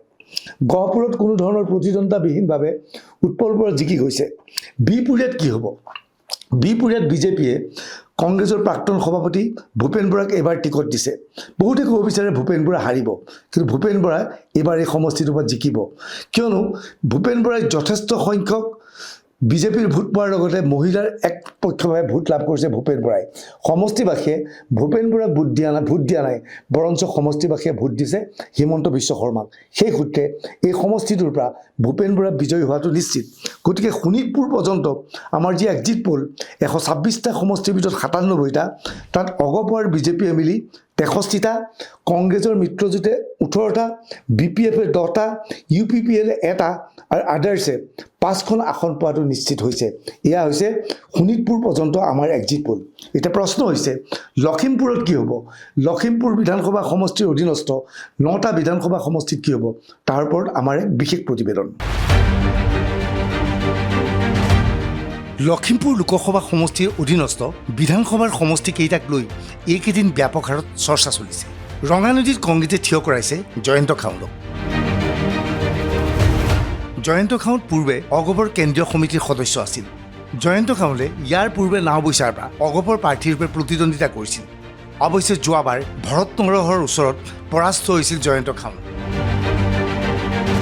এইবাৰো জয়ন্ত খাউণ্ডে অসম গণ পৰিষদৰ পৰা টিকট বিচাৰিছিল, কিন্তু শেষ মুহূৰ্তত বিজেপিয়ে এই সমষ্টিটো অগপক এৰি দিবলৈ অস্বীকাৰ কৰে। এনে অৱস্থাত জয়ন্ত খাউণ্ডে কংগ্ৰেছত যোগদান কৰে আৰু শেষ মুহূৰ্তত জয়ন্ত খাউণ্ডে ৰঙানদীত কংগ্ৰেছৰ প্ৰাৰ্থীৰ ৰূপে প্ৰতিদ্বন্দ্বিতা কৰে। ৰঙানদীৰ মুছলমানৰ ভোট জয়ন্ত খাউণ্ডৰ প্ৰধান সম্পদ। প্ৰায় 30,000 ভোট কংগ্ৰেছ প্ৰাৰ্থীৰ লগত আছে। জয়ন্ত খাউণ্ড যিহেতু অগপৰ নেতা আছিল, সেয়েহে অগপ কৰ্মীসকলেও জয়ন্ত খাউণ্ডক ভোট দিব বুলি কংগ্ৰেছে ভাবে, কিন্তু কাৰ্যটো সেয়া হৈছেনে? বিজেপি প্ৰাৰ্থী ঋষিৰাজ হাজৰিকাই দীৰ্ঘদিন ধৰি সমষ্টিটোত লাগি আছে। প্ৰাৰম্ভিক অৱস্থাত ঋষিৰাজক টিকট দিয়াৰ পিছত একাংশ বিজেপি কৰ্মীয়ে অসন্তুষ্টি ব্যক্ত কৰিছিল। গহীন দাসকে ধৰি একাংশ বিজেপি কৰ্মীয়ে ক্ষোভ প্ৰকাশ কৰিছিল। অৱশ্যে পৰৱৰ্তী সময়ত তেওঁলোকক দলৰ পৰা বহিষ্কাৰ কৰা হয়। আমাৰ এক্সিট পোল অনুসৰি প্ৰতিদ্বন্দ্বিতাৰ অন্তত ৰঙানদীত বিজয়ী হ'ব ঋষিৰাজ হাজৰিকা। ভোটাৰে এইবাৰ প্ৰাৰ্থী চোৱা নাই, হিমন্ত বিশ্ব শৰ্মাৰ নামত ভোট দিছে। ঋষিৰাজ হাজৰিকা বিজয়ী হ'ব একমাত্ৰ হিমন্ত বিশ্ব শৰ্মাৰ বাবে। নাওবৈচাত তীব্ৰ প্ৰত্যাহ্বানৰ সন্মুখীন হৈছে অগপ পাৰ্টী বসন্ত দাস। নাওবৈচাত প্ৰায় 60,000 মুছলমান ভোট আছে। বিজেপিয়ে ভালকৈ জানে এই সমষ্টিৰ পৰা বিজেপিয়ে প্ৰতিদ্বন্দ্বিতা কৰিলে বিজয়ী হোৱাটো কষ্টকৰ হ'ব। সেয়েহে শেষ মুহূৰ্তত বিজেপিয়ে তেওঁলোকৰ প্ৰাৰ্থী বসন্ত দাসক অসম গণ পৰিষদত যোগদান কৰায় আৰু বসন্ত দাসে নাওবৈচাৰ পৰা অগপ প্ৰাৰ্থীৰ ৰূপে প্ৰতিদ্বন্দ্বিতা কৰে। বসন্ত দাস কাৰ্যত সাংসদ প্ৰধান বৰুৱাৰ ঘনিষ্ঠ আছিল। কংগ্ৰেছৰ প্ৰাৰ্থী জ্যোতিপ্ৰকাশ দাসে সমষ্টিটোৰ প্ৰায় 50,000 মুছলমান ভোটাৰৰ মাজত বিশেষ প্ৰভাৱ বিস্তাৰ কৰিবলৈ সক্ষম হৈছে। ইয়াৰ বিপৰীতে বসন্ত দাসে মিচিং ভোটাৰৰ মাজত প্ৰভাৱ বিস্তাৰ কৰিবলৈ সক্ষম হৈছে। কিন্তু সাধাৰণ শ্ৰেণীৰ ভোটাৰে কাক ভোট দিছে সেয়া প্ৰশ্নৰ বিষয়। এই সমষ্টিটো হিমন্ত বিশ্ব শৰ্মাৰ প্ৰভাৱ পৰিছে, কিন্তু শেষ মুহূৰ্তত আমি ভাবোঁ এই সমষ্টিটোত কংগ্ৰেছ প্ৰাৰ্থী জ্যোতিপ্ৰকাশ দাস বিজয়ী হোৱাৰ সম্ভাৱনা আছে। লখিমপুৰৰ বিজেপি প্ৰাৰ্থী মানৱ ডেকাই বিশেষ কষ্ট কৰিবলগীয়া হোৱা নাই। মুখ্যমন্ত্ৰী হিমন্ত বিশ্ব শৰ্মাৰ ঘনিষ্ঠ বুলি পৰিচিত মানৱ ডেকাই বিগত সময়ছোৱাত সমষ্টিটোৰ যথেষ্ট কাম কৰিছিল। এনে অৱস্থাত মানৱ ডেকাৰ সপক্ষে লখিমপুৰত যথেষ্ট ভোট পৰিছে বুলি ধাৰণা কৰা হৈছে। ঢকুৱাখানা, ধেমাজি, চিচি বৰগাঁও, জোনাই, শদিয়া আৰু ডুমডুমা বিজেপিৰ দখলত থাকিব। বহুতে ক'ব বিচাৰে ধেমাজিত ৰাইজৰ দলৰ প্ৰাৰ্থী শক্তিশালী। ধেমাজিত থকা বাংলাভাষী, হিন্দীভাষী আৰু বিভিন্ন জনগোষ্ঠীৰ ভোটৰে সমষ্টিটোৰ পৰা বিজয়ী হৈছে বিজেপিৰ প্ৰাৰ্থীগৰাকী। এই পৰ্যন্ত আমি দৰ্শকৰ জ্ঞাতাৰ্থে জনাওঁ যে আমি 106টা মুঠ 106টা বিধানসভা সমষ্টিৰ ওপৰত পৰ্যালোচনা কৰি বা আমি এক্সিট পোলত ক'লোঁ 106টা বিধানসভা সমষ্টিৰ ভিতৰত অসম গণ পৰিষদ আৰু বিজেপিয়ে মিলি 71খন, কংগ্ৰেছ আৰু তেওঁলোকৰ মিত্ৰ দলে মিলি 19খন, BPF-এ 10খন, UPPL-এ 1খন, আদাৰ্ছ অৰ্থাৎ তৃণমূল কংগ্ৰেছে 1খন আৰু AIDF-এ 4খন আসন লাভ কৰাৰ সম্ভাৱনা আছে। এইবাৰ আমি আটাইতকৈ গুৰুত্বপূৰ্ণ দুটা সমষ্টিৰ ওপৰত আলোচনা কৰিব বিচাৰিছোঁ। সেই সমষ্টি দুটা হৈছে ডিব্ৰুগড় আৰু যোৰহাট। ডিব্ৰুগড় লোকসভা সমষ্টিৰ অধীনত মুঠ 10টা বিধানসভা সমষ্টি আছে। সেই সমষ্টিকেইটা হৈছে মাৰ্ঘেৰিটা, ডিগবৈ, মাকুম, তিনিচুকীয়া, চাবুৱা, লাহোৱাল, ডিব্ৰুগড়, খোৱাং, দুলীয়াজাল, টিংখং আৰু নাহৰকটীয়া। ডিব্ৰুগড়ত বিজেপিৰ সপক্ষে এক ঢৌ হৈছে, গেৰুৱা ৰঙৰ সপক্ষে ঢৌ হৈছে, পদিমৰ সপক্ষে ঢৌ হৈছে। মাৰ্ঘেৰিটাত কোনো ধৰণৰ প্ৰতিদ্বন্দ্বিতা হোৱাই নাই। ভাস্কৰ শৰ্মা বিজেপিৰ বিপুল ভোটত বিজয়ী হৈছে। ডিগবৈত প্ৰতিদ্বন্দ্বিতা হৈছিল বুলি ভবা হৈছিল যদিও সুৰেন ফুকন তাত বহু ভোটত বিজয়ী হ'ব। মাকুমত অনুৰূপ ধৰণৰ পৰিৱেশ, তিনিচুকীয়াত অনুৰূপ ধৰণৰ পৰিৱেশ, চাবুৱা, লাহোৱালত বিজেপি, ডিব্ৰুগড়ত বিজেপি। এতিয়া খোৱাঙক লৈ বহুতে প্ৰশ্ন কৰিছে লুৰিণজ্যোতি গগৈ জিকিব নে হাৰিব। বহুতে ক'ব বিচাৰে লুৰিণজ্যোতি গগৈ এই সমষ্টিটোৰ পৰা জিকিব। আনকি জাতীয় পৰিষদৰ সমৰ্থকসকলেও কয় যে লুৰিণজ্যোতি গগৈ আৰু বজালীৰ পৰা তেওঁলোকৰ দিলীপ বৰুৱা এই দুজন বিজয়ী হোৱাটো নিশ্চিত। কিন্তু আমাৰ সমীক্ষাই সম্পূৰ্ণ ভিন্ন তথ্য সদৰি কৰিছে। এই সমষ্টিটোত যি ধৰণে চাহ বাগিচাৰ ভোট আছে অনুৰূপ ধৰণে আহোম ভোটাৰো যথেষ্ট আছে। বিজেপিয়ে চক্ৰ গগৈ থিয় কৰাইছে। চক্ৰ গগৈৰ বিৰুদ্ধে কিছু প্ৰতিষ্ঠান বিৰোধী ঢৌ আছে, এয়া মিছা কথা নহয়। কিন্তু আহোম নেতা হিচাপে চক্ৰ গগৈ যথেষ্ট শক্তিশালী প্ৰাৰ্থী। লুৰিণজ্যোতি গগৈয়ে আহোম ভোটাৰৰ যথেষ্ট সংখ্যক ভোট পাইছে, নোপোৱা নহয়। চক্ৰ গগৈ অনুৰূপ ধৰণে ভোট পাইছে, কিন্তু বাগিচা অঞ্চলত লুৰিণজ্যোতি গগৈ বহু ক্ষেত্ৰত পিছ পৰি আছে। জাতীয় পৰিষদে ভাবে যে বাগিচা অঞ্চলত তেওঁলোকে 50 বা 60% ভোট পাইছে, কিন্তু আমাৰ এক্সিট পোলে কয় সেই ধৰণৰ ভোট তেওঁ পোৱা নাই। এইখিনি সময়তেই এজন শক্তিশালী প্ৰাৰ্থীয়ে থিয় দিছে, তেওঁ বিজু দুৱাৰা। বিজু দুৱাৰাই যোৱা 25 বছৰ ধৰি খোৱাঙত কংগ্ৰেছৰ হৈ কাম কৰি আছিল। এইবাৰ তেওঁ প্ৰাৰ্থিত্বৰ দাবীদাৰ আছিল। তেওঁক টিকট দিয়া হ'ব বুলি গৌৰৱ গগৈক কৈছিলোঁ, কিন্তু শেষ মুহূৰ্তত জাতীয় পৰিষদৰ লগত বুজাবুজি কৰি বিজু দুৱাৰাক টিকটটো দিয়া নহ'ল। কিন্তু বিজু দুৱাৰাই এইবাৰ নিৰ্দলীয়ৰূপে নিৰ্বাচনত প্ৰতিদ্বন্দ্বিতা কৰিছে। এইবাৰ আমোদজনক এক কাহিনী মন কৰক। লুৰিণজ্যোতি গগৈৰ প্ৰতীক চিহ্ন হৈছে জাহাজ আৰু বিজু দুৱাৰাৰ প্ৰতীক চিহ্ন হৈছে এখন নাও। নাও আৰু জাহাজৰ মাজত তফাত সামান্য। চাহ বাগিচা অঞ্চলত লুৰিণজ্যোতি গগৈতকৈ বিজু দুৱাৰাক অধিকে চিনি পায়। যিসকল চাহ বাগিচাৰ বিজেপি বিৰোধী ভোটাৰ আছে, যিসকল কংগ্ৰেছী ভোটাৰ আছিল, তেওঁলোকে লুৰিণজ্যোতি গগৈক চিনি নাপায়, বিজু দুৱাৰাক চিনি পায়। কংগ্ৰেছে এই ধৰণে প্ৰচাৰ চলাব নোৱাৰিলে যে এইবাৰ হাত নহয়, এইবাৰ আপোনালোকে জাহাজক ভোট দিয়ক। এনে অৱস্থাত প্ৰায় 10,000 মান ভোট বিজু দুৱাৰাই নাৱৰ চিহ্নত লাভ কৰিছে, যিটোৱে ক্ষতি কৰিছে লুৰিণজ্যোতি গগৈক। আমাৰ সমীক্ষা মতে, আমাৰ এক্সিট পোল মতে কোনো ক্ষেত্ৰতেই লুৰিণজ্যোতি গগৈ খোৱাং বিধানসভা সমষ্টিৰ পৰা বিজয়ী হ'ব নোৱাৰে। অৰ্থাৎ 3জন গগৈৰ মাজৰ এজন গগৈ এই নিৰ্বাচনত পৰাস্ত হৈছে। দুলীয়াজানৰ ৰামেশ্বৰ তেলী হাৰিব বুলি বহুতে কৈছিল।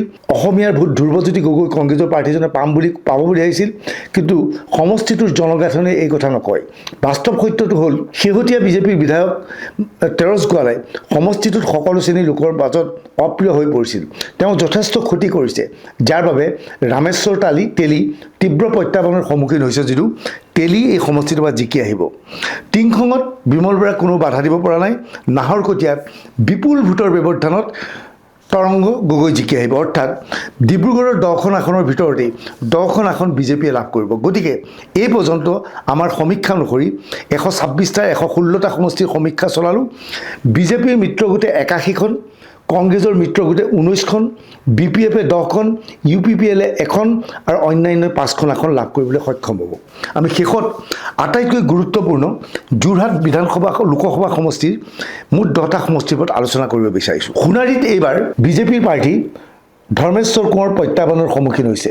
বহুতে ক'ব বিচাৰে প্ৰাক্তন সাংসদ তথা প্ৰাক্তন বিধায়ক তপন গগৈয়ে মুকলিভাৱে ধৰ্মেশ্বৰ কোঁৱৰৰ বিৰোধিতা কৰিছে, কিন্তু এয়া সম্ভৱপৰ হ'বনে?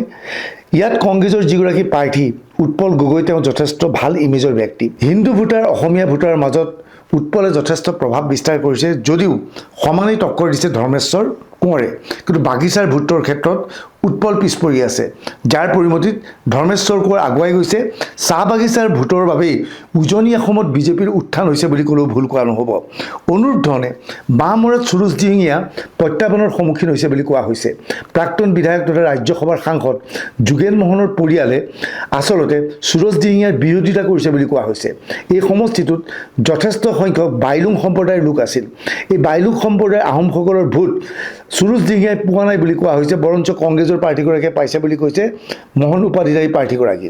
কিন্তু আমাৰ খবৰ অনুসৰি যিহেতু উজনি অসমতো হিমন্ত বিশ্ব শৰ্মাৰ সপক্ষে ঢৌ আছে, মহিলাসকলে স্বতঃস্ফূৰ্তভাৱে ভোট দিবলৈ আগবাঢ়ি আহিছে, সেয়েহে এই সমষ্টিটো শেষত সুৰুজ দিহিঙীয়া বিজয়ী হ'ব। ডিমৌত অপ্ৰতিৰোধৰ অৱস্থাত আছে সুশান্ত বুঢ়াগোহাঁই।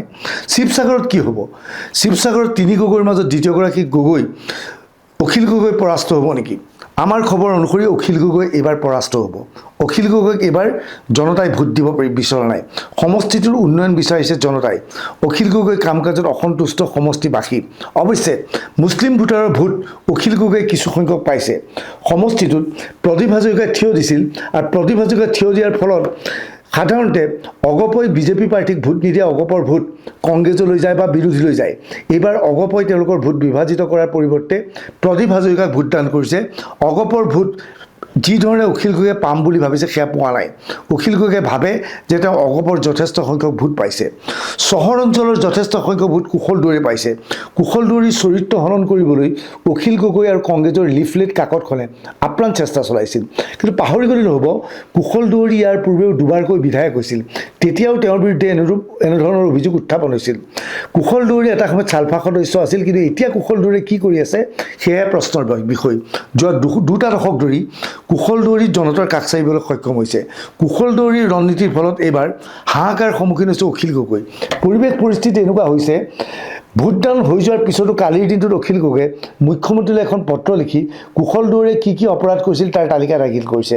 এয়া আচলতে এই সমষ্টিটোত EVM হেকিং হৈছে বুলি ক'বলৈ অখিল গগৈৰ প্ৰচেষ্টা মাত্ৰ। গতিকে আমাৰ মতে অখিল গগৈ এই সমষ্টিটোত পৰাস্ত হৈছে। নাজিৰাত এইবাৰ কোনো পধ্যেই জিকিব নোৱাৰে দেৱব্ৰত শইকীয়া। সমষ্টিটোত কোনো কাম কৰা নাই, গতিকে ময়ূৰ বুঢ়াগোহাঁইৰ সপক্ষে ভোট আহিছে। মাজুলীত বিপুল ভোটৰ ব্যৱধানত বিজেপিৰ প্ৰাৰ্থী ভুৱন গাম পুনৰ বিজয়ী হ'ব। আহিল টিয়কত অসম গণ পৰিষদৰ বিকাশ শইকীয়া আৰু কংগ্ৰেছৰ পল্লৱী গগৈৰ মাজত প্ৰতিদ্বন্দ্বিতা হৈছে। সমষ্টি পুনৰ নিৰ্ধাৰণৰ পিছত যোৰহাটৰ বহু ভোটাৰ টিয়কৰ অন্তৰ্ভুক্ত হৈছে। টিয়কত বিজেপি কৰ্মীসকলে পূৰ্ণক্ৰমে সহায় কৰিছে বিকাশ শইকীয়াক।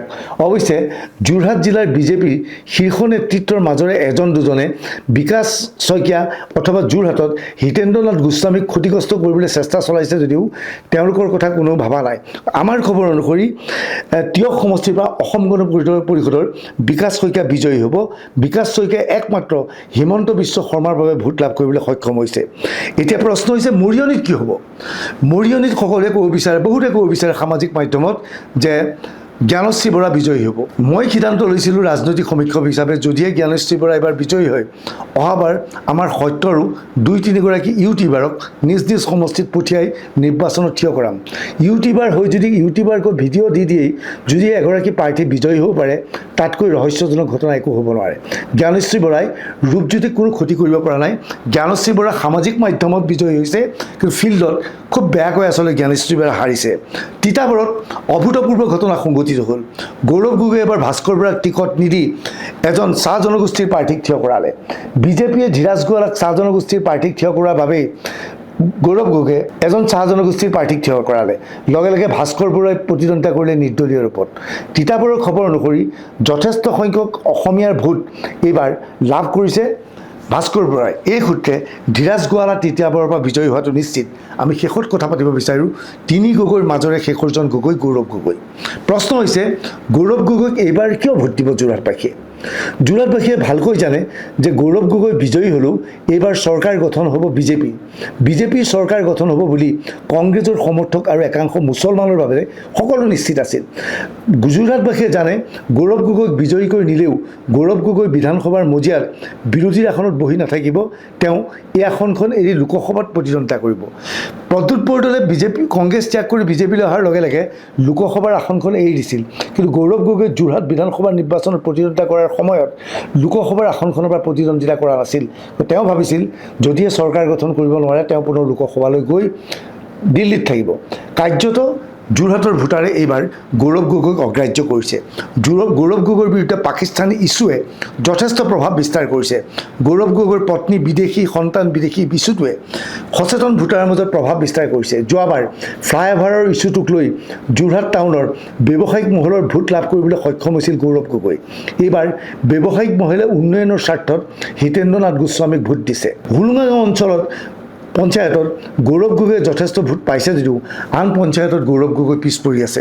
গতিকে আমাৰ সমীক্ষা অনুসৰি এই নিৰ্বাচনত গৌৰৱ গগৈ জিকিব নোৱাৰে। অৰ্থাৎ এই খবৰ অনুসৰি যে কোনো ক্ষেত্ৰতেই তিনি গগৈ এইবাৰ জিকিব নোৱাৰে। এই নিৰ্বাচনত গৌৰৱ গগৈ, লখিল গগৈ আৰু লুৰিণজ্যোতি গগৈ পৰাস্ত হ'ব। আমি সমীক্ষাত দেখা পাইছোঁ যে বিৰোধীৰ মাজত অধিকাংশই মুছলমান নেতা থাকিব। খুব বেছি ভগৱানে যদি কৰে 3%, 4% বা 5% হিন্দু বিধায়ক হয়তো বিৰোধীৰ মাজত থাকিব।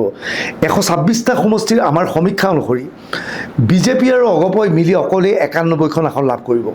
কংগ্ৰেছ আৰু মিত্ৰজোঁট মানে কংগ্ৰেছে 19খন আসন পাব, জাতীয় পৰিষদ আৰু ৰাইজৰ দলে এখনো আসন নাপায়, বামপন্থীয়ে এখনো আসন নাপায়, জন এণ্টি কাঠাৰৰ দলে এখনো আসন নাপায়, BPFে 10খন, UPPLে এখন, AUDFে 4খন আৰু তৃণমূল কংগ্ৰেছে এখন আসন লাভ কৰিব। সেই সূত্ৰে NDA 91+10, 101 যোগ UPPLৰ 102খন আসন পালেও আচৰিত হ'বলগীয়া একো নাই। তৎসত্ত্বেও আমি এই সমগ্ৰ সমীক্ষাত কিছু আসন খেলি মেলি হৈছে বুলি আমি ভাবোঁ। সেই খেলি মেলি হৈছে বুলি এইবাবেই ভাবোঁ যে ক'ৰবাত আমি কিছুমান আসন প্ৰতিদ্বন্দ্বিতা হৈছে, যেনে মই বৰক্ষেত্ৰীৰ কথাটো কৈছোঁ, তাত দিগন্ত বৰ্মনো জিকি যাব পাৰে। কিছুমান সমষ্টিৰ কথা আছে যে শেষ মুহূৰ্তত এই সমষ্টিটোত ৰামেশ্বৰ তেলী সমষ্টিটোত খেলি মেলি হৈ যাব পাৰে, বিশ্বনাথত খেলি মেলি হৈ যাব পাৰে, বিপুৰীয়াত খেলি মেলি হৈ যাব পাৰে, এনেধৰণৰ কেতবোৰ সমষ্টিত খেলি মেলি হ'ব পাৰে। সত্যৰ চূড়ান্ত এক্সিট পল এনেধৰণৰ বিজেপি 75 to 80, 75 পৰা 80খন আসন বিজেপি লাভ কৰিব। অসম গণ পৰিষদে 8খনৰ পৰা 10খন আসন লাভ কৰিব। কংগ্ৰেছে 18খনৰ পৰা 21খন আসন লাভ কৰিব। BPFে 8ৰ পৰা 10খন আসন লাভ কৰিব। UPPLে 1ৰ পৰা 2খন আসন লাভ কৰিব আৰু AIDFে 2 বা 4খন আসন লাভ কৰিব। TMCয়ে 0ৰ পৰা 1খন আসন লাভ কৰিব। এয়া আমাৰ চূড়ান্ত সমীক্ষা। আজি মীৰা বৰঠাকুৰে কৈছে যে বিজেপিৰ প্ৰপগণ্ডা চলোৱা একাংশ সাংবাদিকে এক্সিট পলৰ নামত বিজেপি আহিব বুলি ক'ব। গতিকে কংগ্ৰেছ কৰ্মী হতাশ হ'ব নালাগে। মই পুনৰ কৈছোঁ, কোনো কংগ্ৰেছ কৰ্মী হতাশ হ'ব নালাগে। কংগ্ৰেছ কৰ্মী 4 তাৰিখলৈকে ফূৰ্তিত থাকক। 4 তাৰিখে সঠিক ফলাফল ওলাব। ফলাফল যাতে কংগ্ৰেছৰ সপক্ষে যায় তাৰ বাবে চেষ্টা চলাব। আমি যি এক্সিট পল দিছোঁ সেয়া এক্সিট পলে প্ৰকৃত ফলাফল নহয়, এই ফলাফল সলনি হ'ব পাৰে। তথাপি আমি প্ৰতিটো সমষ্টিত পুংখানুপুংখভাৱে চলাই এই সমীক্ষা চলাইছোঁ। কিন্তু আমি সুধিব বিচাৰিছোঁ যে কংগ্ৰেছক বা বিৰোধীক এবাৰ ৰাইজে কিয় ভোট দিব? চৰকাৰে বিভিন্ন উন্নয়নমূলক আঁচনি লৈছে। 1 পইচা নিদিয়াকৈ অসমৰ 1.5 লাখ লোকে চাকৰি পাইছে, প্ৰতিটো পৰিয়ালৰ মুখত হাঁহি। গাঁৱৰ মহিলাই অৰুণোদয় আঁচনিৰ ধন পাইছে। উদ্যমিতা আঁচনিৰ নামত 10,000কৈ টকা পাইছে। স্কুললৈ যোৱা ছাত্ৰ ছাত্ৰীয়ে পইচা পাইছে। কলেজত বিনামূল্যে এডমিশ্যন ল'ব পাৰিছে। কংগ্ৰেছে কি কৰিছে? কেৱল জুবিন গাৰ্গৰ মৃত্যুৰ বাবে ন্যায় লাগে বুলি কৈ এটা অপবাদ চলাই নিৰ্বাচনত জিকিব পৰাটো তেওঁলোকৰ বাবে সম্ভৱপৰ হ'বনে? মই নাভাবোঁ যে জুবিনৰ নাম লৈ কংগ্ৰেছে নিৰ্বাচন যুদ্ধত অৱতীৰ্ণ হ'ব পাৰিব। আমি আশা কৰিম 4 তাৰিখৰ পিছত বিৰোধীৰ প্ৰতিজন বিধায়কে, প্ৰতিজন প্ৰাৰ্থীয়ে জুবিনৰ সমাধি ক্ষেত্ৰলৈ গৈ সেৱা জনায়, জুবিনৰ ওচৰত এক্সিট পল যদি শুদ্ধ হয় ক্ষমা বিচাৰে। যদি আমাৰ এক্সিট পল ভুল হয় তেনেহ'লে আমি বুজিম যে জুবিন গাৰ্গৰ ইছ্যুটোৱে সহায় কৰিছে তেওঁলোকক। এই ভিডিঅ' সংক্ৰান্তত আপুনি আপোনাৰ মতামত কমেণ্ট ছেকশ্যনত লিখিব পাৰিব। ধন্যবাদ।